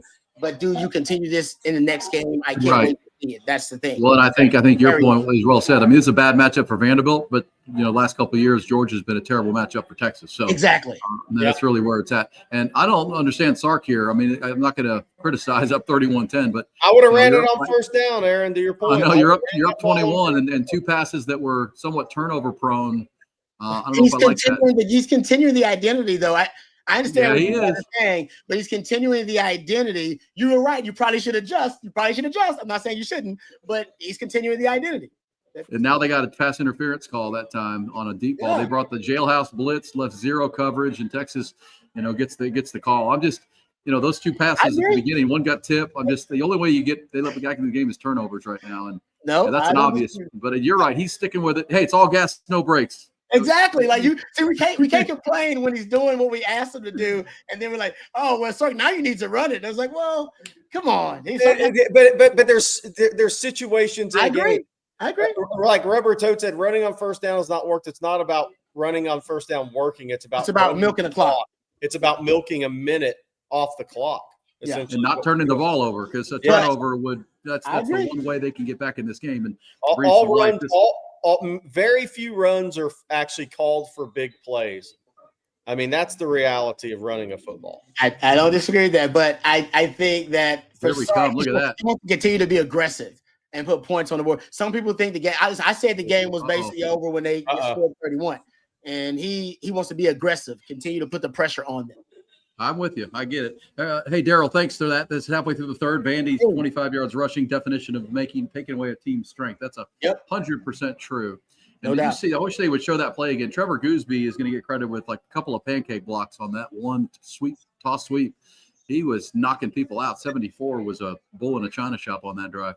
This is what happens when you run a football on first down, though. This is going to bleed off 50 seconds before the ball's 45. And you could have bled 50. Yeah, you're right about that, Jerry. No, you're right in theory. There's no doubt. I'm going to play devil's advocate here and I complain about Sark all the time, and now he's doing exactly what we asked him to do. So I'm gonna take Sark. I'm gonna get Sark's back on this and say, hey, continue to be aggressive. Put the pressure on him. Put the pressure on him. All right. So 2 good runs. Texas just pounded on the left side. Trevor Gooseby and now Cole Hudson playing left guard, playing a really good game on that left side in all phases for Texas's offensive line. There's a stiff arm, but stay in bounds. But guys, remember, this is Billy Woods here. Thank you for the super chat. Says so far, look at Texas third down and red zone, third down percentage and red zone number. Exactly. Like they're not even seeing a lot of third downs. Number one, they're staying out of third downs. Number one is the best third down call is the one you don't have to make. They're staying out of third downs, but then even there, they're getting third and manageable. Yeah. So totally agree with you on that. That's a great point. And remember, this is how Sark ideally wanted to start. Like his ideal way to win games was to open up with the pass, get a lead, and then close with the run. Right? Remember, that's how you beat Bama at Alabama, and was able to choke them out with the run. That's how you're supposed to. That's what the big humans come in. They lean on you for 2.5, 3 quarters, and now in close to the fourth quarter, you're tired as hell of that 300. Especially with all those short passes and make them run side to side, Rod, and wearing them down, and now you come at them. Yeah, third and one coming here. Third and one. By the way, if Texas gets a first down here, they're going to bleed the clock out in the third quarter. Which is all you want to do. Yeah, and they've already outscored them 7-0, which they entered the quarter with a 14-point lead. So here we go. This third quarter brought to you by, and the rest of our game brought to you by Driven Auto Sales here on the On Texas Football Watch Along. Stay in bounds, Trey Weisner. That's a first down, and the Longhorns can let this thing, bleed under 2 minutes of the third quarter, and points here, and Vandy will start warming up the bus here. Yeah, you got to start, and you got to be aggressive. But I agree with Rod, but I'm not snapping these on this next ball unless there's 5 seconds left under the clock. But I don't think Sark's going to play it that way. Yeah. No, he's coming. He's staying aggressive. There's 13 seconds left on the clock when he's on the play clock. Like Sark is like, I'm going. We tempo, baby. We're going. There is a flag. There is a flag down here on the. They keep running wide, which Trey Weisner keeps running out of bounds here. Holding Texas. That's one of the first holding calls of the game. Parker Livingston. Yeah, receiver hold that time. Yeah, Sark's trying to run the score up a little bit. He wants to put the pressure on him. Well, Clark Lee's team, it's a defensive team. He's a defensive coach, and right now they're getting whipped. Well, Texas hasn't punted in this game. Oh, that was on Shannon at tight end. Let's see. That's amazing. I'm pretty sure the punter hasn't come on the field for Texas. They haven't turned it over, and they haven't punted. So they have not stopped the Longhorns. Clark Lee's a proud defensive coach, and this is not his proudest game. I'm sure Texas having their way with them. Yeah, they're approaching 400 yards, and it's not even the fourth quarter yet. All right, there's another drop pass. That's just lack of concentration. Dalen McCutcheon left the game earlier with an arm injury, but that time he just took his eye off the ball and started turning upfield before he caught it. But that's going to stop the clock at 1:29 of the third. With Longhorns in plenty of field goal range here. This has been a successful drive. If you can make a field goal, Arch now over 300 yards passing. Having a heck of a game. This is a top 10 opponent.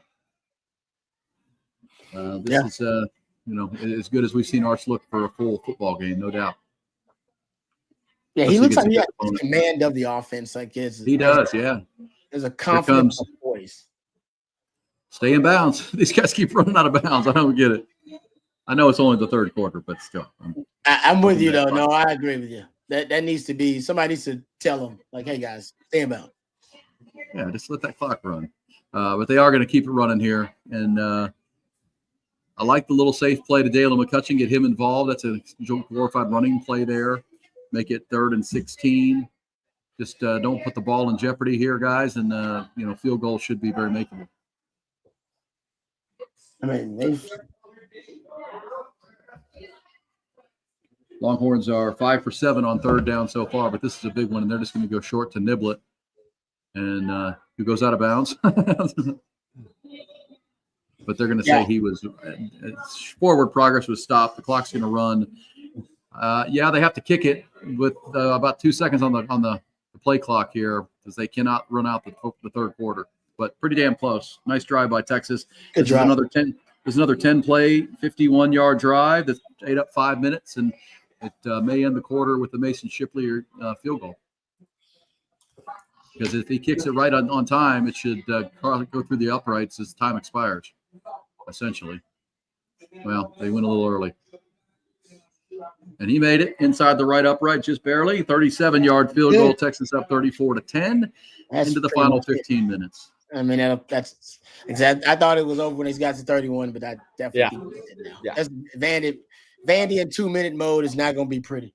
No. Yeah, their offensive line against Colin Simmons and company, it's going to be ugly. Yeah. If they run the ball, you're like, good, thank you. Please run the ball.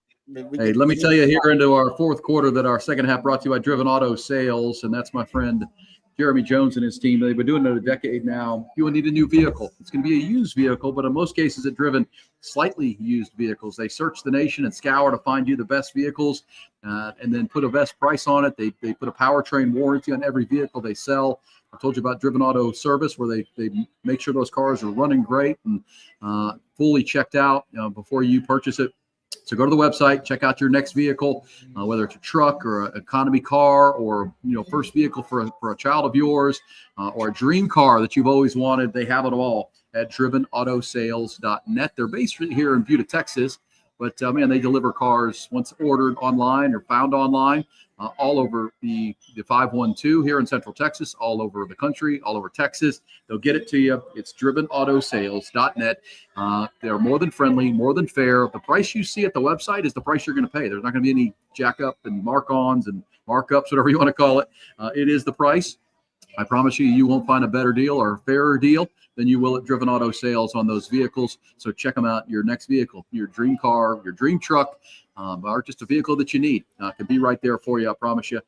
End of this year, into the new year, drivenoutosales.net. That's drivenoutosales.net. Check them out today. Thank you, Jeremy, and the team over there. They're excited about a Longhorn performance that is 3 quarters deep. That is very impressive. As impressive as any, as far as a top 10 matchup, guys. I mean, across the country, you haven't seen maybe Indiana when they went into Oregon and beat the Ducks on the road. But I know it's DKR, but to have a top 10 team in your building that's a proven top 10 team against a lot of good teams themselves, to be this thorough, to be this dominant, 400 yards to under 200 is and haven't punted or turned the ball over. Really an impressive showing for the Longhorns here. And when you think about Vanderbilt, who are their 2 losses to? It's going to be Texas and Alabama.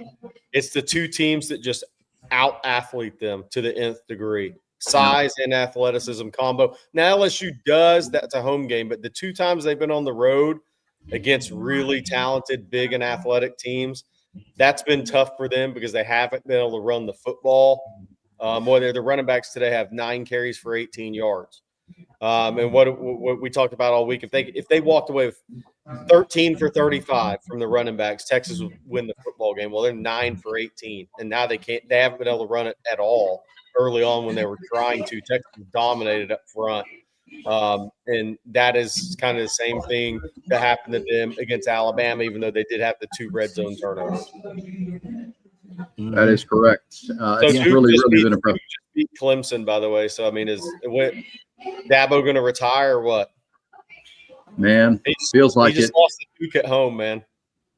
Well, think about that. If you're Clemson and Dabo Swinney's been your best coach in your history and taking that program to new heights, if he walks away. Actually, I'm wrong. That game's not over. It's 35-35 into the third. But you don't want to be in this. If you're Clemson, Rod, you don't want to be in the market trying to replace a coach right now with all the vacancies that are out there. It's Clemson's not a traditionally an easy place to win. Dabo got it done for a long time, but seems to have not evolved with the times. Let me tell you that our Texas broadcast here, and of course the On Texas Football, brought to you by Tito's Handmade Vodka, America's favorite vodka for a reason. Known for great vodka, giving back, and doing good for dogs. They love their animals. Distilled and bottled, 5th generation, incorporated, Austin, Texas, 40% alcohol by volume.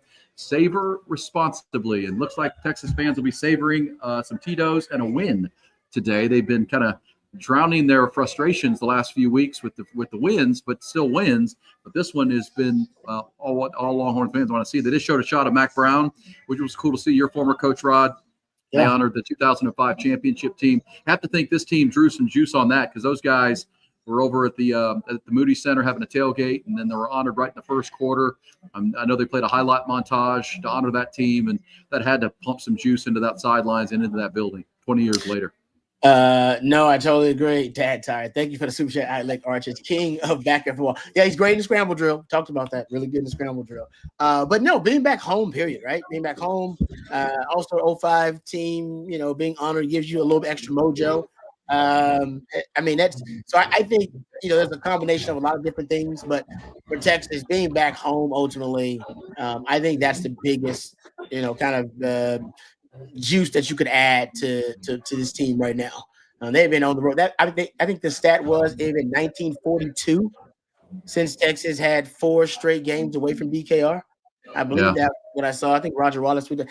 Come on, man. That's like I said. That most football teams don't have to ever deal with a streak that long of being away from home. And I do think there's a little bit. Anytime you're away from home, maturity is a big factor, right? You mature as a team, but you send your kids off to college, when you're sending them, out, to fend for themselves in the world. Like maturity is a big part of it. I do think this team matured a lot being away from home. I think that road stretch for them brought them together as a group, but I think they grew up as a team potentially. And now I think they look like a different team now back at home, right? When your kids go off to college for a while and they come back, they may look a little different. This team looks different back home. Hopefully that continues. Yeah, I think you're right about that, Rod. And Jerry, looking forward now, if we're going to go ahead and up 24 points, you're feeling really good about this one. Because of what Rod just said, everything's true about going on the road, but that loss at Florida, which is a really bugaboo loss for them. Now you kind of feel like to put yourself in a position to play for bigger things, and they're playing like a team today that could play in the college football playoff and compete in the college football playoff. They've kind of got to go beat Georgia to make up for that Florida loss, because that Florida loss, it's kind of like Ole Miss losing to Kentucky last year or Alabama losing at Oklahoma. It's what it eventually kept them out of the 12-team playoff, even though they had some really good wins. Like Texas is going to have one over Oklahoma, one over Vanderbilt, A&M at the end of the year. But you kind of feel like you have to go get that game in Athens if you can. Yeah, look, because if you don't get the game in Athens and you beat Arkansas, you're at 8-3, probably with 11-0 A&M coming to town. Then if you beat A&M, obviously it's a must win. They're all must wins. But even if you drop Georgia, and I'm not saying you are, I'm just playing out a scenario. When you come back and beat Arkansas, you need A&M to be 11-0 and ranked 3 in the country coming to your house. Then if you beat them, if the Big 12 only gets one team in that scenario, there is a 9-3 scenario for Texas, I think, to get in as a 12th team. That would be the scenario. But obviously, Texas needs to beat Georgia, because, look, I think the SEC would love for that to become a rivalry of sorts, even though you don't play every year. But for a game to become a rivalry, Texas needs to go beat Georgia. And I expect Georgia probably to play their best game of the year against Texas, honestly. Sure. This is Kirby Smart's MO. Right? I know, but now they have Florida. Then they go to Mississippi State, so they don't have the off week. Texas has an advantage of an off week to get rested up prior to the Georgia game, where Georgia does not. Well, that was a weird play. Diego Pavia off the right side. It's almost like it looked like they had him strung out and contained, and then they let him get the corner. That was weird. I want to mention One thing, Jamarian Carlton is – people are asking about recruits on campus. Jamarian Carlton, Temple edge, who has a lot of upside. I don't think he's the player that the rankings say he is. He's got a lot of upside. Baylor commit is on campus today. Okay. Yeah, I was going to ask you about that, Jerry, the recruiting weekend. And with that, I mean, Rob was talking about that, and we all know they were on the road for a long time. What does the recruiting month look like for Texas, finally with their feet back on home soil and now the bye week coming? Well, the good thing about recruiting after a win is when you have a bye week. I mean, so they have a bye week. A lot will be Georgia prep, but this Texas staff will be out. This Texas staff will be out on the road late in the week. This is really your last – it's one of your last times to go see kids in person this season. So there will be staff will be on the road this week. I guarantee you, here's a guarantee I'll make you in recruiting, which there are very few guarantees in recruiting. Here's one guarantee I'll make you. The Texas staff will be in Louisiana late this week. Oh, Brian Kelly. They'll be at Edna Carr to see Richard Anderson. They'll be at East Ascension to see Briston Martinez, the 4-star offensive tackle commit. This staff will be in Louisiana late in the week, no doubt. Yeah, with Brian Kelly's departure, the dumpster fire that program is right now, no president, no AD, no coach, and just a mess of a team. Absolutely. You got to try to make hay while your rivals are struggling, and they certainly are right now. A&M, of course, will be in Louisiana too, Jerry. You know that. Oh, Sean says Arch identifying pressure and O-line delivery. Yeah, Arch has done a great job today. Thank you, Sean. And the ball's out of his hands quickly. Chris says this is looking like the offense from last year. It is. It looks like Quinn's offense. We said that earlier in the broadcast. It does, yeah. Totally agree. Taylor says a good game for recruits to be at, as Jerry just talked about. Yep, looks good. Rapid Calm, everyone was right. Looks like Caldwell will play. Yeah, I don't know when we're going to set that. That'd be good. See Caldwell out there. He should. Well, maybe after this series they get him off the field, but right now Vanderbilt moving. Texas has been willing to give up some yards in the middle of the field, but outside of that one touchdown before the end of the half, they've stiffened as it's gotten closer to the goal line. Here's John. Thank you, John. Rob, Jerry, William Graham, Vince Young were always players who wanted to coach players. Glad Rob is giving Sark some slack. If he calls plays like this, we all good. I won't criticize Sark if he calls plays like this. Ooh, that was a good play. So he's talking to you, Rod, not Rob. Yeah, no, he is. I'm Rob. I mean, we just call it like we see it. That's why we appreciate you guys tuning in. We watch it. I got opinions. Rod, myself, obviously with you guys, very informed opinions based on years and years of coverage. And this is a great performance. And we did talk about the ugly performances that are resulted in wins the last couple of weeks, but that's really where this team was defining some sports character, Rod. I mean, one of the things you have to learn as an athlete or competitor as a team is just finding ways to win, finding different ways to not lose a football game. And Texas has that, and now they've maybe found their offense that's going to work for them. And this is a nice recipe we're watching today. But really starting to figure out how to win games. Exactly. At the end of the season, oftentimes you forget the ugly wins, but there's always a couple of ugly wins thrown in there when you look back at things. And I think what I'm looking at from this team, like you can be happy with the result of something, but not happy with the process of it. And that's kind of what Texas experienced versus Mississippi State and Kentucky. You're happy that you got to win and figure out a way to win, but still understand that you got to better perfect the process and execution. Right? Play to a higher standard, and this is what you get. Right? You play to a higher standard, you beat a top 10 team by 3 touchdowns. Like that, right? That's when you play to a high standard and all 3 phases play for all 4 quarters.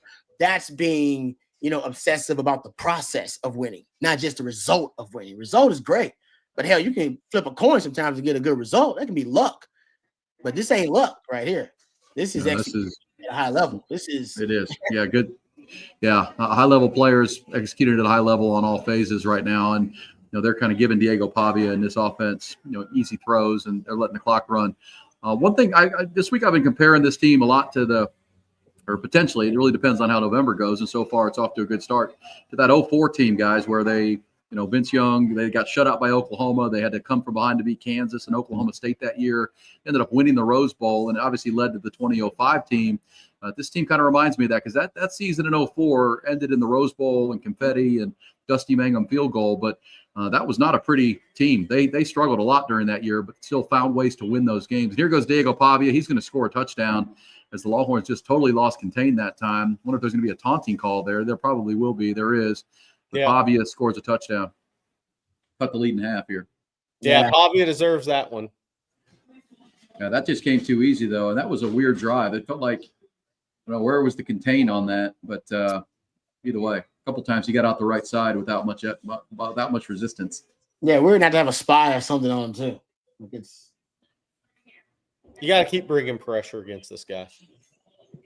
And that's the number one thing. You got to keep bringing pressure.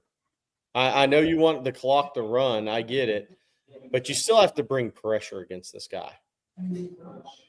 Well, this is big here because they want to go for two guys down 17, and now they're going to have to back that up because of what looks like it's going to be an unsportsmanlike conduct taunting call. He tossed the ball at Xavier Filsaime after scoring the touchdown.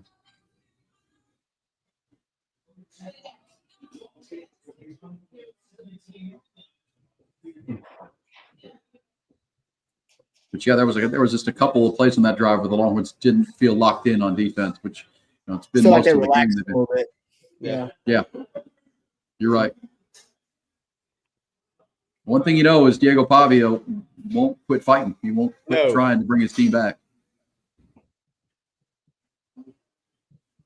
Well, wow, they called a personal foul on Xavier Filsaime, but all he did was bump him. But either way, that offsets, and then I'll be able to go for two from the normal spot. But Filsaime's having a rough game.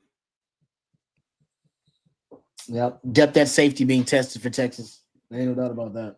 Well, yeah, that's uncalled for too by Filsaime. He doesn't need to. He was 4 yards in the end zone when he gave him a pop. Yeah. This game's getting pretty chippy now. But now it is 2-point conversion, guys. Difference between a 17 and a 16-point lead. Obviously, 16 makes it a 2-possession game.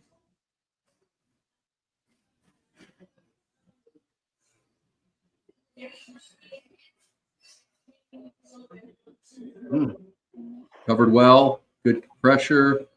Incomplete. The Longhorns are going to force the is there a flag? I don't see a flag. Okay, good. 34-16. So now an 18-point lead for Texas with 10 minutes to play. And this game's they better get control of this game right now. Yeah. By the way, this is where, if I'm a defensive coach, when my guys come off the sidelines, one of the things I'm telling my guys, don't do anything stupid and get a targeting penalty late in this game, because you are suspended the first half of Georgia. Do not take the bait in this game right now. Do not get some dumb targeting penalty because you're mad. Yeah, keep your head. Keep your head. Shot, and then you're suspended the first half of the Georgia game. Yeah, I agree with that. Well said. Well said. And what do we think offensively here? I mean, do they go deliberate? Do they go or do they go all gas, no brakes? Nah, I mean, you should obviously, try to milk the clock. I think. Sorry, I don't know if he'll run it on first down or it'll be a quick pass, but I think it'll be the equivalent of, we're milking the clock. I think he'll slow things down. The up tempo is taken away. Yeah. The up tempo is done. There's no more up tempo. You're done with that. And I think he ideally would like to just run the football and get 4 to 5 yards on first down. Yeah. That's what you really want. So I think I would still be fine with the quick passing game to get the receivers in space, but use that as a run game. But yeah, the tempo's got to slow down. You got to get the clock down inside 10 seconds each snap, and try to milk as much. But you still got to move the football here because there's still 10 minutes to go. And we saw what happened last week in Starkville. You can't take your foot off the gas as far as trying to get first downs and trying to score points. I agree with that. Yeah, especially the way your defense just looked there. You don't want to. Here's a question. Here's a question. Do you onside kick this ball? Because you didn't. You got 3 timeouts plus a 2-minute. Yeah, you don't score quickly. You're not built that way, so you need That's a short the problem field. they have, right, Rod? That's a great point. You need a short field. This is a good Well, time. and you need to steal a possession because you had the possession coming out of half and you didn't score any points on that, and you're still chasing that right now. So it's good thought, Jerry. Hopefully, Jeff Banks has a thought on that. I'm sure they do, knowing the exact same thing. But so no onside kicks. Keep your head there, and don't get involved in this chippiness because we don't need penalties or injuries here, or even something that could lead to a suspension. I mean, there's been a lot of that here in this game. You just a one drive philosophy. Essentially, one drive puts it away. You can put together a drive of at least a long 5 minutes drive. Yeah, all you need is a 4 or 5 minute scoring drive, and the game's over because Vanderbilt won't have enough time to score. You get control of this ball, and as you said, 5 or 6 minutes, not even scoring. Yeah, you don't need to score. You just need 4 or 5 minutes off the clock is what you need.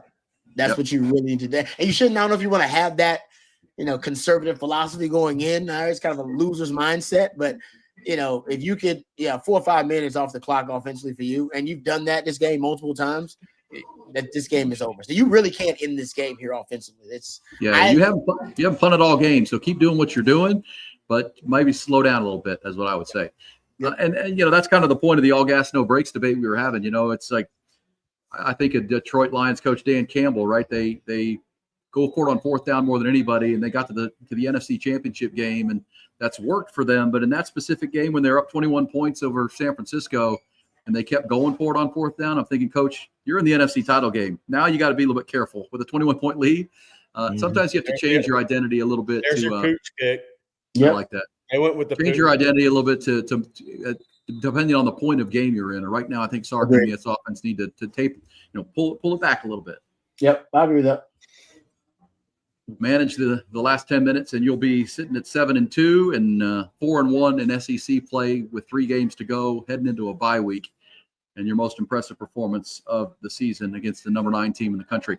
All right, so Texas gets the recovery. It was a pooch kick, so they're going to the ball at the 35-yard line in our fourth quarter, brought to you by Driven Auto Sales. Find them online and your next vehicle at drivenoutosales.net.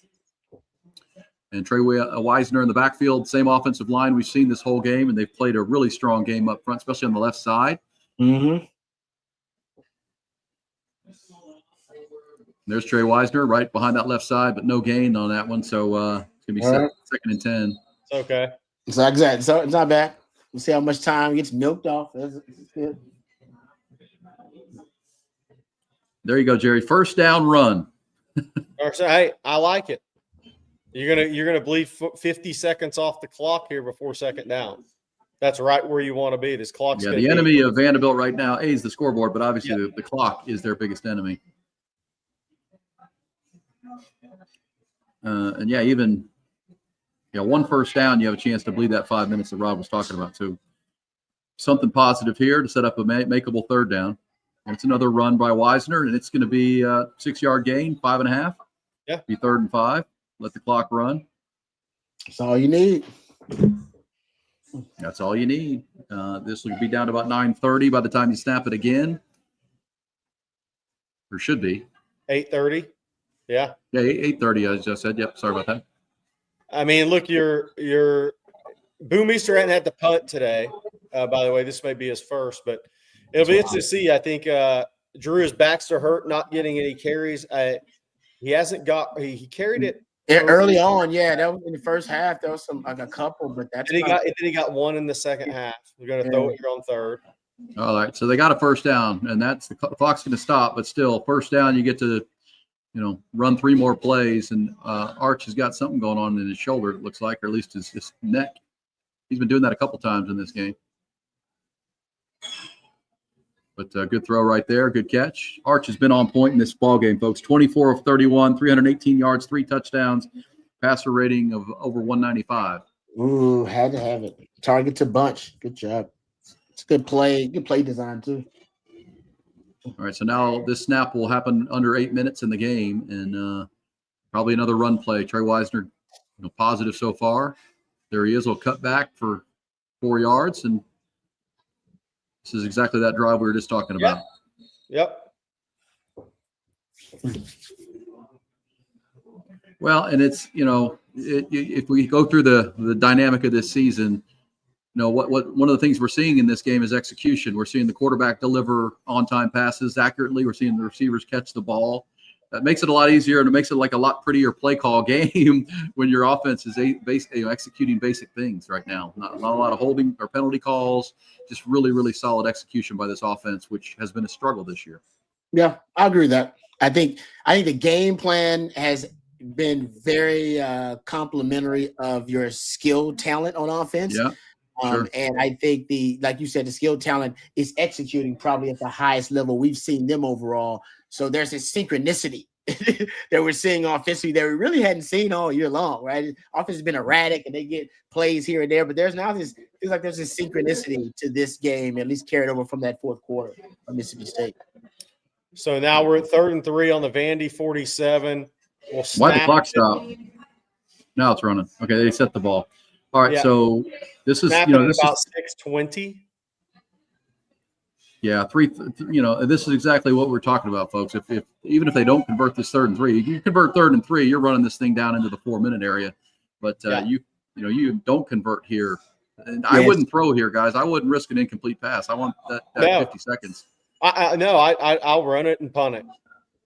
Yeah, you're across midfield now. Yeah, you've done what you needed to do, which is milk enough time off the clock. So I mean, I would run. Well, they go RPO, and Emmett Mosley is going to get the first down, and now Texas can really ice this game. Maybe they won't punt today. Maybe not. Maybe they won't. Sorry, he want to shut us up. I'm like, I'm not even punting today. Who's going to criticize that? That's the easiest NIL money I ever made, man. I just kind of stood here and watched the ball game. Free tickets on the sidelines.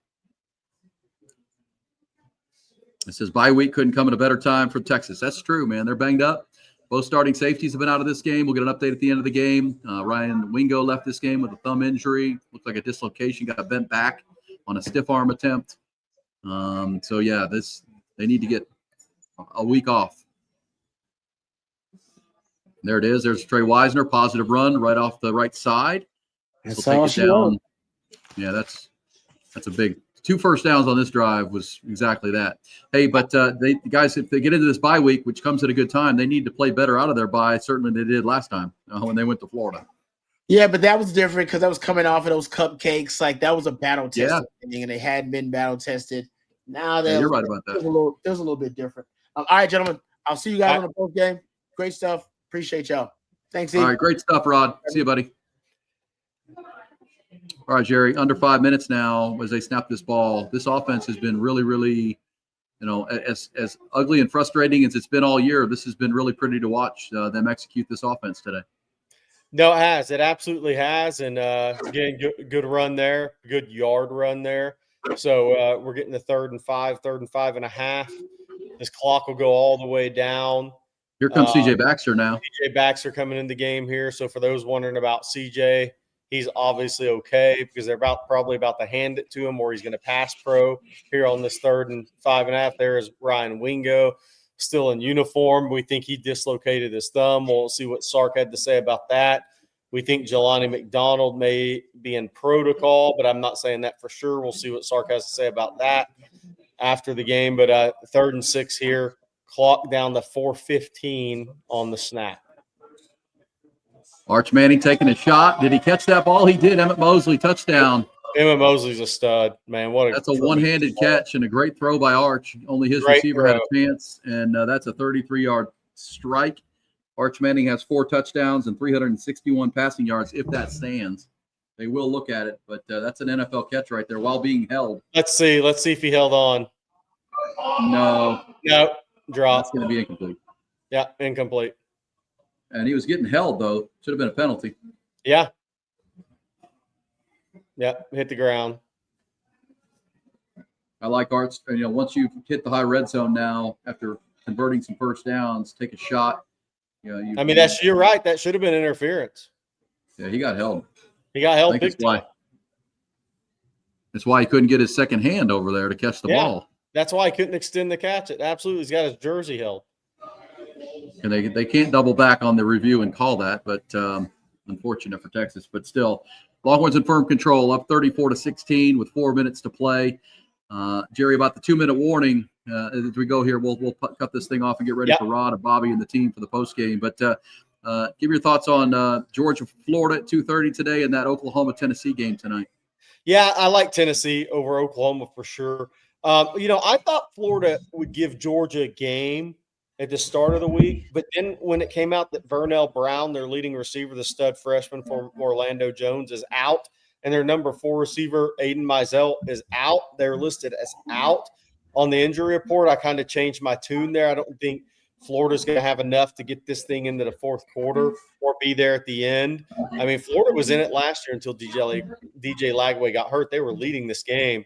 But I think those 2 wide receiver injuries are pretty big for Florida because you talked about it. The secondary of Georgia is not as good as they have been.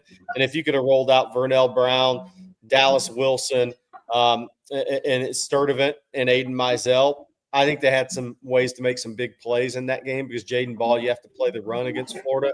But those wide receiver injuries are big. I like Tennessee over Oklahoma. I don't know. It's a prediction, right? Games can go anywhere by about 2 touchdowns. I don't think Oklahoma can score with Tennessee. As for this game here today, Longhorns in good control. The execution of the offense, but your best players have played really well. And let's be honest, against outside of Oklahoma, that hadn't been the case this year where Ryan Wingo, Arch Manning, Colin Simmons against Ohio State and some others. I mean, your best players that are, All-American caliber players have all played really well today. Says DJ Campbell has been an on-field leader all game. That's true. Sark said this week that DJ Campbell's really come into his own as he said, the leader I expected or hoped to have seen 6 or 8 months ago. He's really become that for this team on that road warrior road trip they went on. And that happens, right? When you have adversity and you're on the road, you're going to find out who's going to rise up and lead your football club. Yeah, you definitely are. And I agree. DJ Campbell has played through a lot of pain here in recent weeks. He has become a leader of one of the leaders of this offense. Absolutely agree with that. Trey Wisner came to obviously Arch Manning. This is his best career game. I know it's not statistically his best game. This is the best game he's played at Texas. Trey Wisner playing very well today. Emmett Mosley, despite that one not counting, I think had a tremendous game and a huge impact on this team. Quentin actually asked, do you think Mosley is a better wide receiver than Wingo? He's not a better talent, but is he better as a wide receiver? I think he is. More polished right now. More polished. And I think, and that's blocking. That's at everything, right? That's route running. That is making the contested catches. Wingo's easily the most talented receiver on this team. I actually think in terms of playing the receiver position, outside of just the big plays he can make, he's actually the 3rd best wide receiver from a technical perspective on this team right now, to Mosley and DeAndre Moore. Yeah, he's got right. Well, but I think with the ability and the size with Wingo, I mean, just being around those type of receivers that are just true pros, that's going to help him develop into a really well-rounded player that can be a scary Sunday player when he gets there. But this has been that kind of game. One other thing is they're going to try a long field goal here because the play was overruled, as we thought, but no penalty called. If you watch one thing this weekend, watch that Game 7 of the World Series tonight. Shohei Ohtani has been announced as the Game 7 starter for the Dodgers today. He'll face Max Scherzer. Shohei Ohtani to get the ball tonight for Dave Roberts' team. And that field goal is not good. Missed it right. Well, still they took that started with 10 minutes to go in the half. They took 6 minutes off the clock. It went 10 plays, and now time is a big problem for Vanderbilt, even though you missed the kick right there. But yeah, how about that, Jerry? Shohei Ohtani to get the ball tonight on short rest. Because remember last night in that wild 9th inning where the Dodgers were up 3-1, but the Blue Jays looking to win the World Series, the first since 1993, loaded the bases. And they went to Tyler Glasnow, who was supposed to be the Game 4 starter. He came in the 9th inning last night to pitch them out of that trouble. And now they're going to turn to Shohei tonight, which will be kind of must-see television. A Game 7 in a series that's been epic, just an epic 7-game series so far. So looking forward to that tonight. Hey man, we're pretty lucky. We get Shohei and Wemby. I mean, I've already felt lucky because Michael Jordan, Tiger Woods. I mean, I think Shaquille O'Neal is one of the most underrated athletes of all time, even though people don't consider him that. I think he's an unbelievable athlete at his size. We've been pretty blessed. I mean, I was young at the tail end of Magic, Larry, and those guys. I've watched some of that stuff recently about the rivalry on ESPN, 30 for 30s, I think it was. But we're pretty lucky right now because Shohei and Wemby. I mean, I watched Wemby in person Thursday night, and I watched him last year. Bacon says Shaq is horribly overrated. I think Shaq is horribly underrated. I'm the exact opposite as you. Wemby's unbelievable talent. He's grown an inch and a half probably. It's just. Can I give you a stat on Wemby? Yes, do it. Through their first 120 NBA games, Victor Wembanyama has more rebounds than Karl Malone at that point, more points scored than LeBron, more three-pointers made than Steph Curry, and more block shots than Hakeem Olajuwon. Yeah. Yeah. Come on. Yeah. Steph's the best three-point shooter of all time. LeBron's the leading scorer of all time. Hakeem's the best shot blocker of all time. And Karl Malone's one of the best rebounders, and he has more of all of those in his first 120 games than those guys had at that point of their career. That's pretty, and he's 21 years old. Yeah. Yeah. No, he's phenomenal. It got to where – so what's interesting about watching a game like that in person, Jaime Jaquez has been getting to the rim and getting to the paint and scoring in great spots for the Heat all season. And he's had to with Tyler Hero out, then Norman Powell was out the other night. His Wemby totally took that out. Like, I think Jaquez had 7 points. And he wasn't getting any – he stopped trying at that point because Wemby just erases it, and he changes every shot. And just him being around the rim, if you're a driver like Jaquez or they post you up and you're an attacker of the rim like that, if you can't pull Wemby away from the basket, your percentages go so far down that Miami. Yeah, well, it's kind of like that's where you say Shohei, because Shohei impacts the game, offense, defense. Yep. He's going to pitch. Yep.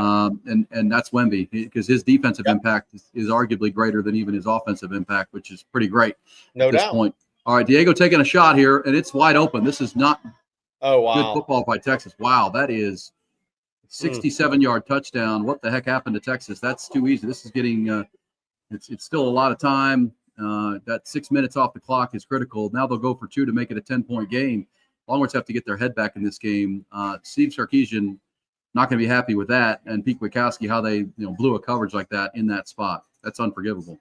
Yeah. Yeah. Is Michael Taft and Jelani McDonald that? I mean, this is they just didn't cover a player on a first down play. That absolutely can't. Stating the obvious, that absolutely cannot happen at this point in the game. Now Vanderbilt gets to go for 2, and they get an onside kick.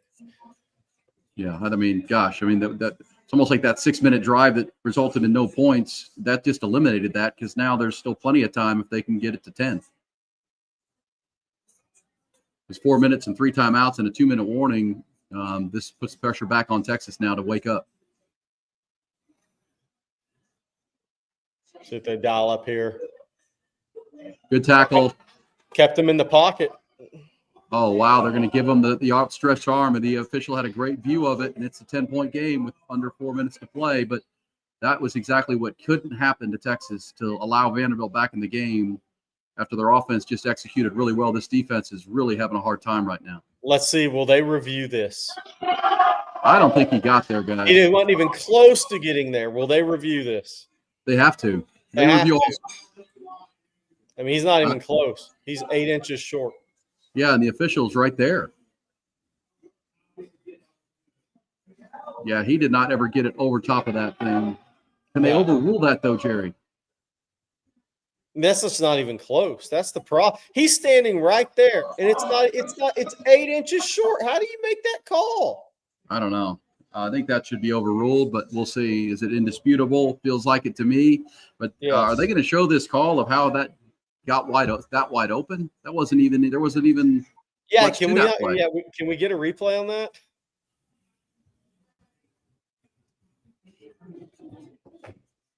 Because that was ridiculous. That 67-yard touchdown. I mean, you just have to use the laws of physics. I mean, because you remember from the pylon up, if it crosses it, I mean, he's ruling that it got to that goal line, the front of the strike. That's what they're going to say. I don't know if they're going to be able to overrule that, Jerry, because they're going to say, because the official's saying that the laces or something got to the Yeah, it's a beginning of lot the closer. paint. It's a lot closer than I thought it was on the final stretch because he fell forward. Pretty good tackle by Jalen Gilbo of that play on a 2-point conversion. That's going to be tough to overrule because of what they called it originally. And again, the ball just has to break the very beginning of the white paint at any point along the plane there, and it's a 2 points. You know this call wouldn't go for Hugh Freeze. That's one thing we know about college football this year. All right, I still need to see this play. I don't know how Texas gives up a touchdown that easy in that spot. That's the one thing you could not do. You can't turn the ball over, and you can't give up quick play touchdowns. And this is a really good defense that's playing some poor football here in the second half.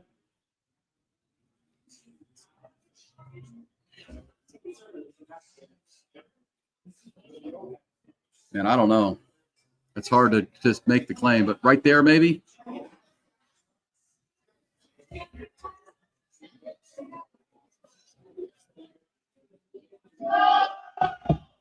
Call upheld. I figured once they called it good on the field, it was going to be, and the officials have to look at it and say that there's an official standing right there, and the camera angle might not be perfect down the line. I don't know. That's a weird call, but all right, let's see what happened here. All right, let's see the coverage bust here. I mean, this is Eli Stowers again, guys. This is their Travis Kelce. Okay, ran him to the slot. Wow, who is? Yeah. That is just awful defense. Like who? That's Derek Williams. Who just that's not. That's Gilbo. I guess Derek Williams was not. I guess he was supposed to provide that 3-high shell. Yeah. And did not. Well, that's bad. Here comes the onside kick, and the Longhorns are going to recover it and get down, which is huge. And now they have to make Vanderbilt use their timeouts here and a couple of first downs. They can ice this game up 10 still, but as we saw with Parker Livingston, by the way, with the great hands, and Jeff Banks with the big high five. But this game, we just saw it with Mississippi State and Texas. Crazy things can happen when you let a team hang around, and we know about this Vanderbilt team. They will not give in, and Texas just gave them a chippy, and this game is closer than it needs to be. Missed field goal, and then just a complete blown assignment, much like the touchdown right before the half, Jerry. Yeah, no, it was. And now turning our attention forward, I mean, that's just a flat out blown coverage. Turn our attention forward now. Well, you got 10 yards, so you get a first down. They're going to have no timeouts left, and you are pushing towards field goal range. There's going to be a flag now. Wow. What you don't need is a 10-yard penalty going the other way. Longhorns have been pretty penalty-free on the offensive side. They've had a couple of 15-yard penalties on the defense. Oh, face mask big. That's huge right there. Not much time ran off the clock, but it's 15 yards, right? I mean, now you're almost into field goal range, Jerry. Yeah. From the onside kick to the 50-yard line down to the 35, you have a chance to, punch this thing, and Mason Shipley can make it a 2-score game again. But you'd like to use the clock more than score more points here. Yeah, again, you're one first down away from getting it to the 2-minute warning, essentially, because the clock's running. Vanderbilt did not call timeout, so you can snap this at 3:07. Yeah, I think they're going to get it down and then 3:20, 3:21. You can snap this at 3:21. Then we'll see if Vandy calls timeout or not. Yeah, there's Cedric Baxter. Look at that. Nice run right there. 6 or 7 yards on first down off left side behind Trevor Gooseby, who's had a really good game here. That's a nice run. And there's a timeout. Vanderbilt does use their first timeout. They had so because they used that timeout right there, obviously. I mean, we're counting seconds at this point. You get a first down here, and it's pretty much curtains. Because you have 2 timeouts plus the 2-minute timeout. But if you get a first down here, then it's pretty much curtains for Vanderbilt. Because they're still 2 scores away. Yeah. But even a field goal here with not a lot of time left makes it 13, which you would take. But yes, and the way they're running the ball, I mean, Cedric Baxter just needs to keep pumping it up in there. You might be able to, just take the victory formation on this game if you can put a first down on the board. because you get the first down here, they're going to have to use another timeout. Yeah. And then you're feeling really good. They're going to blitz that run. It's okay. Now they'll call one more. So if you get this conversion here, it's curtains, because then they have to call their final timeout. Then all they have is the 2-minute. So it's 2 down territory. Aaron, what would you do? 4th and 1? Would you kick a field goal or just run it? I'd run it. Yeah. Possession's more important than points right now. First down right here ends the ball game. Now there's a question there, because the field goal makes them have to score 2 touchdowns in 3 minutes, and then they'd have to get a touchdown and another stop or an onside kick with no timeouts left. So I don't know. Possession it ends the game.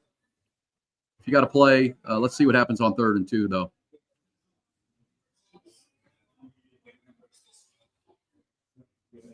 There's Sean McCumber. Why did Sark's team struggle so much to hold leads? Well, last week they came back from 17 down and won a ball game, but each game's its own thing. They draw them off sides, Jerry. I think they might have. I think that's going to be a first down. I think the defensive tackle flinched. Yeah, ahead of it. The hard count got him, I think. Oh no, they're calling it on Texas. Who'd they call that on? DJ Campbell, just aforementioned. Well, now you're running the ball just to make them use that last time out, and you're going to kick a field goal if you don't get 7 yards.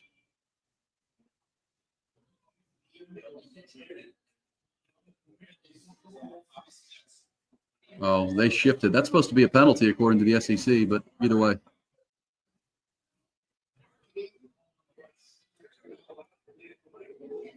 All right, 3rd and 7. Would you throw it here, Jerry? Or you just want to run the ball, let them use they got to use that last time out. Remember, Vanderbilt's got to get the ball back twice here. Yeah, they got to score a touchdown and get an onside kick and get a field goal. It's Cedric Baxter going to run it up in there. But now this is a pretty long field goal after that penalty. And Mason Shipley just missed his previous field goal. But this last 4 minutes is going to take an hour at this point. Yeah. Well, this game was moving really fast for a while. Well, because of the reviews and quick touchdowns, this is going to take a minute. All right, it's the Driven Auto Sales bringing you the 4th quarter here on the On Texas Football Watch Along. Aaron Hogan, Jerry Hamilton. Now you try to kick a field goal with Mason Shipley, make it a 13-point game with 3 minutes to go. They have to go for an onside kick again, so we're back to that same drill. And then Texas, with 1 first down, can pretty much end the clock, end the game. There's a 2-minute warning in here that they'll get the benefit of, but they are out of timeouts now. So essentially, if the Longhorns, what you can't do, what you don't want to do here is, miss this kick. You make the kick, you got to get an onside kick. You have the ball get it close to midfield if you recover it. But still an uphill battle for Vanderbilt without timeouts. Longhorns, though, are going to stay on the field and go for this, Jerry. They're not worried about points. I kind of wondered, maybe they try to draw them off, but I kind of wondered about this. I mean, 50-yard field goal, just miss one of those. I mean, you convert here, it's over.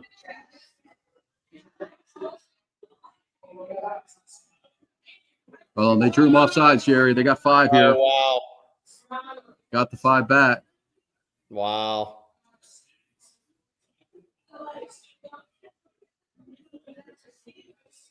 So now you're 4th and 2, and you're for sure going for it. Yeah, and this is a short 2 as well. Wow. Steve Sarkisian is going to lose his ish if they call this on his team. Whoa.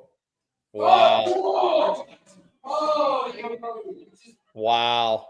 They jumped off sides, and then they're saying Texas flinched after they jumped, and they're calling it on Texas. Okay, well, now you punt.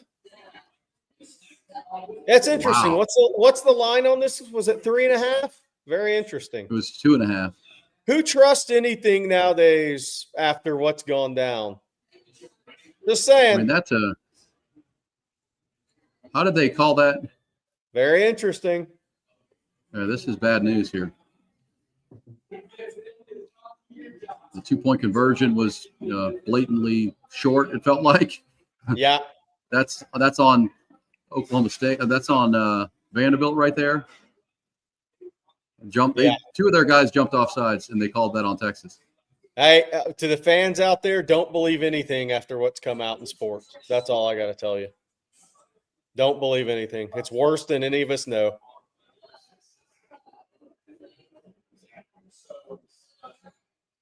Texas kind of coming unraveled here, though, Jerry. Vanderbilt is got all these veteran players, and Texas needs to get their stuff together here because a blown assignment led to a touchdown. Now these penalties, as frustrating as they are, you really can get discombobulated. Well, I mean, look, your coverage bust away from this getting very interesting. The one thing you have to do if you're Texas is have no coverage bust and make them drive 80 yards. Well, and you have to execute this punt. You haven't had to punt the whole game. You're just going to kick this through the end zone. And you may try to hang it up, but they called for a catch at the 11. All right, so 3:04 to go. Did the clock even start? Like, what's going on there? The clock didn't even start on that punt. It was 3:04 before the snap, and it's still 3:04. This is getting a little bit weird here. Yeah. The 2-point conversion call was hokey. Those calls were beyond curious. And now that. Am I wrong? Did the clock start? I had it at 3:04 before the punt. Yeah, that's what I had it at. And that was at least a 10-second play.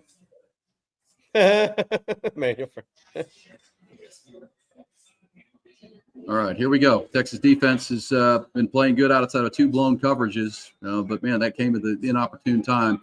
They've got both safeties, Michael Taft and Jelani McDonald, out of this game right now. Michael didn't even play. He's out before the game started.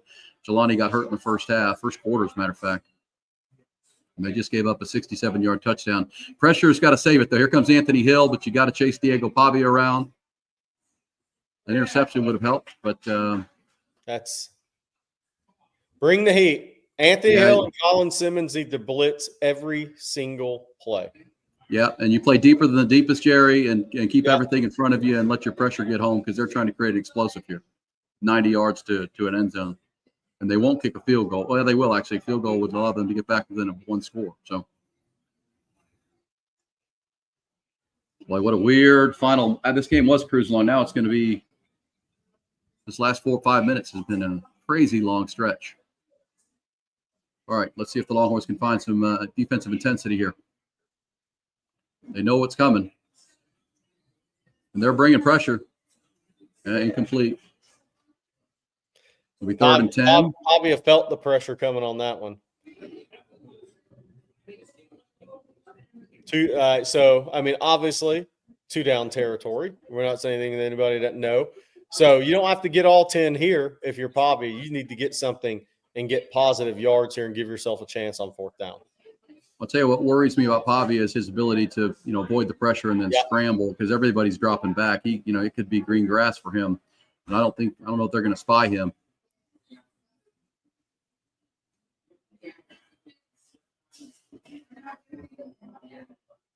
Got to bring that pass rush. It's been good all game. That offensive line has struggled at Vanderbilt. And here comes Ethan Burke. That's going to be a sack down to the 1-yard line. It's almost a safety between 4th and 20 or 19. And this offensive line has not been able to hold up. That's 6 sacks now. Greg Allen, a sackle. There you go, a sackle. 6 sackles today. Ethan Burke has a couple of those. Yeah, he's had a great game. Well, this defense, gave up a long one, but boy, when they need to, this isn't a dynamic passing game, and their offensive line can't really hold up. Now you need 19 yards. Yeah, Jerry, here it is. If I'm Sark, I'm no penalties, no late hits, no roughing the passers, no pass interference. They got to make them earn this without a penalty. I will say this: I'm still bringing my guys on this play, even on. I'm still bringing Simmons, bringing Hill. I'm 100%. Bringing my guys. Well, now you got to tackle the ball, and they're going to get a 1st down. It looks like.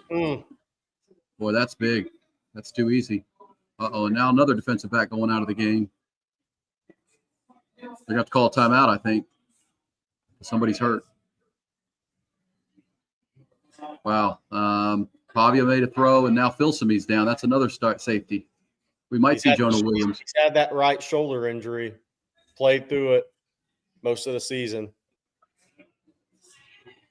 Well, that's huge. That could have been the ball game right there. And now they have life, and they, they're going to try to, at this point, with under 2 minutes and no timeouts, they'll kick a field goal to get it to 7 and go onside kick again if they have to. But that's the 2-minute warning. Driven Auto Sales bringing you our on Texas football watch along here in the fourth quarter. DrivenAutoSales.net. Find your maybe a first car for your child that's coming of age, maybe a new car for you. They're going to be used, but you go check them out, man. These are slightly used vehicles. A lot of times they're leases that they buy. Driven Auto Sales does an incredible job of scouring to find the best cars, the best deals, and then every car comes with a full lifetime powertrain warranty on it, courtesy of our friends at Driven Auto Sales. They are more than fair, more than friendly, and the best price you'll see. Go to that website. You'll see the price right there listed. That's the price you're going to pay. No add-ons, no markups. It's just that price. Price fairly and price friendly for you, and it's going to be the best deal on a great vehicle with a powertrain warranty on it. Find your next vehicle right there at the website, DrivenAutoSales.net. Well, this one's a little more blood pressure-y than it needed to be here. Yeah. I mean, look, it's the busted coverage. Awfully brought it back. I don't know what the last drive was. I know what the line The is. missed field goal, and then the busted coverage. That's a 10-point swing right there. And the time, because like I said, that the 6-minute drive that should have resulted in pretty much the end of the game, because you gave up a touchdown on one play, really negated the 6 minutes you took off the clock. Doing a good job executing offense, and now that's got it back to a 2-score game, and here they are. Then you get to a field goal range situation again, and you have two procedure penalties, which back you up, which I know Sark doesn't think we're on them. And now here we are, 4th and 19. If you can get a stop, you have a chance to get up to end the game, and they convert. So now 1:53 to go in the ball game, but still a 10-point ball game. So still feel pretty good. I'm sure the percentage odds of winning this game are still very strong for Texas, but there's something about this Diego Pavia guy. He just won't go away. Vanderbilt won't go away. But at some point, you need to stop. You need a sack here. I thought maybe the Ethan Burke sack might be the clincher, but Pavia made a play, and the Longhorns didn't rally and tackle. Somebody asked in the chat, and I can't find the question. Somebody asked, do they review refs after games? Yes. That ref crew from the Auburn getting absolutely porked against Vanderbilt game is gone forever in the SEC. Like, lifetime gone. So, yes, they do review. And I'm quite sure Sark will be sending in some requests this week, Aaron, and his staff. Yeah, I agree with that. 100%. Yes, they do get reviewed and graded. And as you said, the official's been – I love that he was suspended permanently. That's pretty much fired, right? That must be a legal thing for suspended permanently. It was the crew, right? It was the entire crew. Yeah, it was. I mean, all right, so here we go. 1st and 10, 1:54 to go. Texas needs to tackle players inbounds, rally and tackle. Be interested to see who's playing safety for the Longhorns right now with Bilsamy going out. They're down to the very back of their depth chart at the safety position in an all-pass situation. And it's going to be a wide-open receiver at midfield time. Clock will stop until they set the ball. This is coming too easy, guys. So rain started as well. Yeah, no, Nathan, I know. That's what I said. It was the Georgia-Auburn game when Hugh Freeze got when Auburn got totally porked. Wide open. Guys, this is coming. And every first down stops the clock, guys. Jonah Williams is in the game. I think that's all they had left at this point. So there's going to be the pressure that they get a sack, or they're going to call that incomplete. Probably incomplete with Pavia, but 2nd and 10. Clock does stop on the incompletion, though. Yeah, Longhorns. The end zone is what you're protecting right now. You'll let them kick a field goal and try your chances with an onside kick right now. Yep. But the pressure has to keep coming, and they still have to score twice, and they don't have any timeouts to try to get the ball back unless they get an onside kick.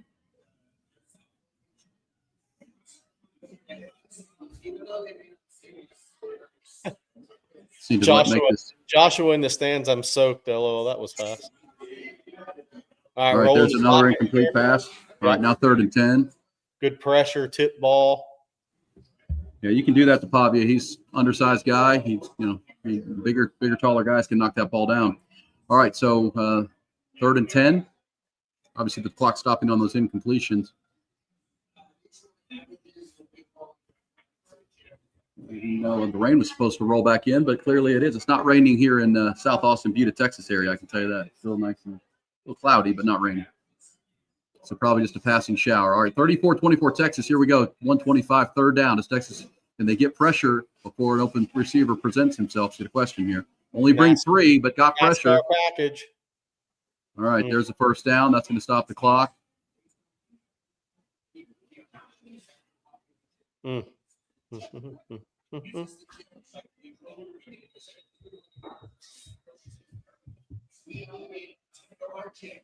how big was that missed field goal now by their elite kicker? And there's another first down as the clock will stop. Stowers over the middle. Boy, they got 3 safeties injured, and Derek Williams is not playing a good game, Jerry. That's been a real problem. No, he is not. We're going to go inside a minute here. There's holding. They're not going to call holding on that? Okay, they finally called a holding on the right tackle. I think they felt like they had to. Well, I like that Anthony Hill finally just put his hands up in the air and said, what do we got to do here, guys? Yeah. It's almost like if they're on the take, Jerry, they had to call that one. They had to call that one. They don't want to get the perma ban too. Because that one was for all to see. I mean, that was a hog tie. SEC's going to run out of crews at this point. Start some new ones then. Oh, that's Trey Moore. All right, so that's a hold. All right, Longhorn defense here. Interception obviously ends the game, but Longhorn's still in good shape here because they need 2 scores, and they have no timeout.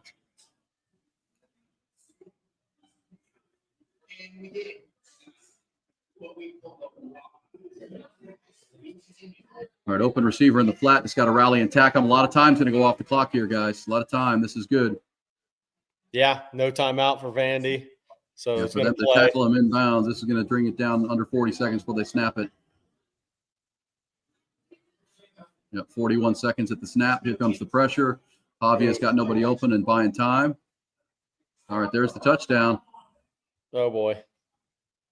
Phil Simi was back in there, but now it's going to come down to an onside kick, Jerry. Yes, it is. Because at this point, you recover the onside kick, you take one knee, and you win the ball game. It's not been pretty in the fourth quarter with 21 unanswered points here.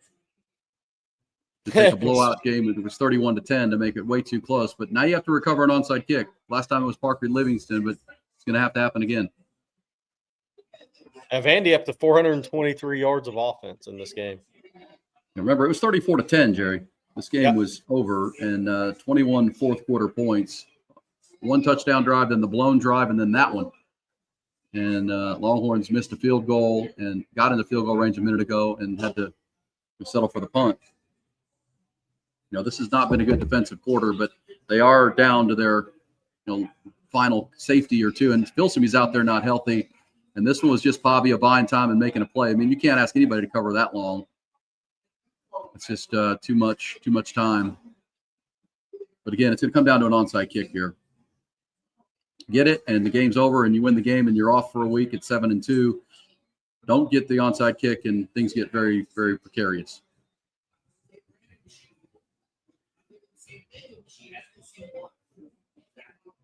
Hands unit on the field, I'm assuming. Hey, Ryan Matthews, you thought it'd take 34. We were calling 34. We didn't think it would look like this, though. Yeah, well, Texas, of course, scored 21 unanswered and to come back and win. So they've been at the other side of this. They need to recover this onside kick. If they do, the game's over.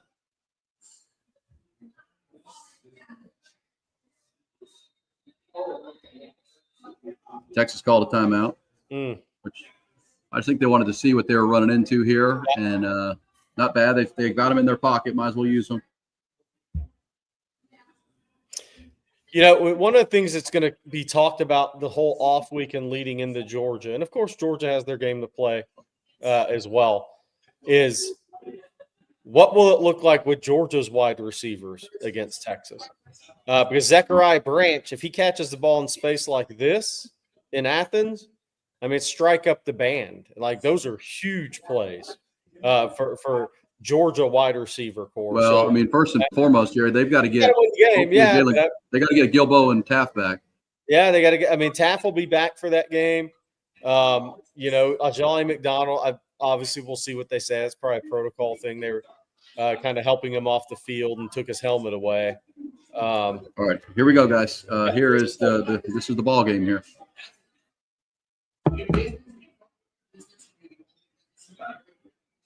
Oh my gosh! They got it. Parker Livingston had it. It squirted out from under him, and it went out of bounds. They're going to rule it Texas ball. Wow. That was way too much. Where's the blood? Where's the guy, the chat with the blood pressure medication? Mm. Well, these officials are having a hard time. That ball's out of bounds.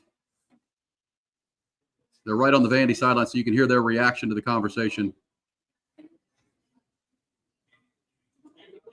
Let's see. Ball's out of bounds. Ball's out of bounds. Ball's out of bounds. Texas ball, and they'll take a knee, and this game's over, Jerry. That's too close, but hey, man, the Cardiac Longhorns, they're going to sell us out of blood pressure medication here in the ATX this year, but a win's a win. Too close, but great offensive performance. Let's get ready for the postgame, Jerry. Thank you to Driven Auto Sales, Driven Auto Service, also our friends at Callahan's General Store and Encapsulate.com. As well with that great mushroom pill extract that I take. We appreciate everybody. Callahan's, Driven, and you. Thanks, Jerry. Have a good one. You got it, guys. Post-game show coming next.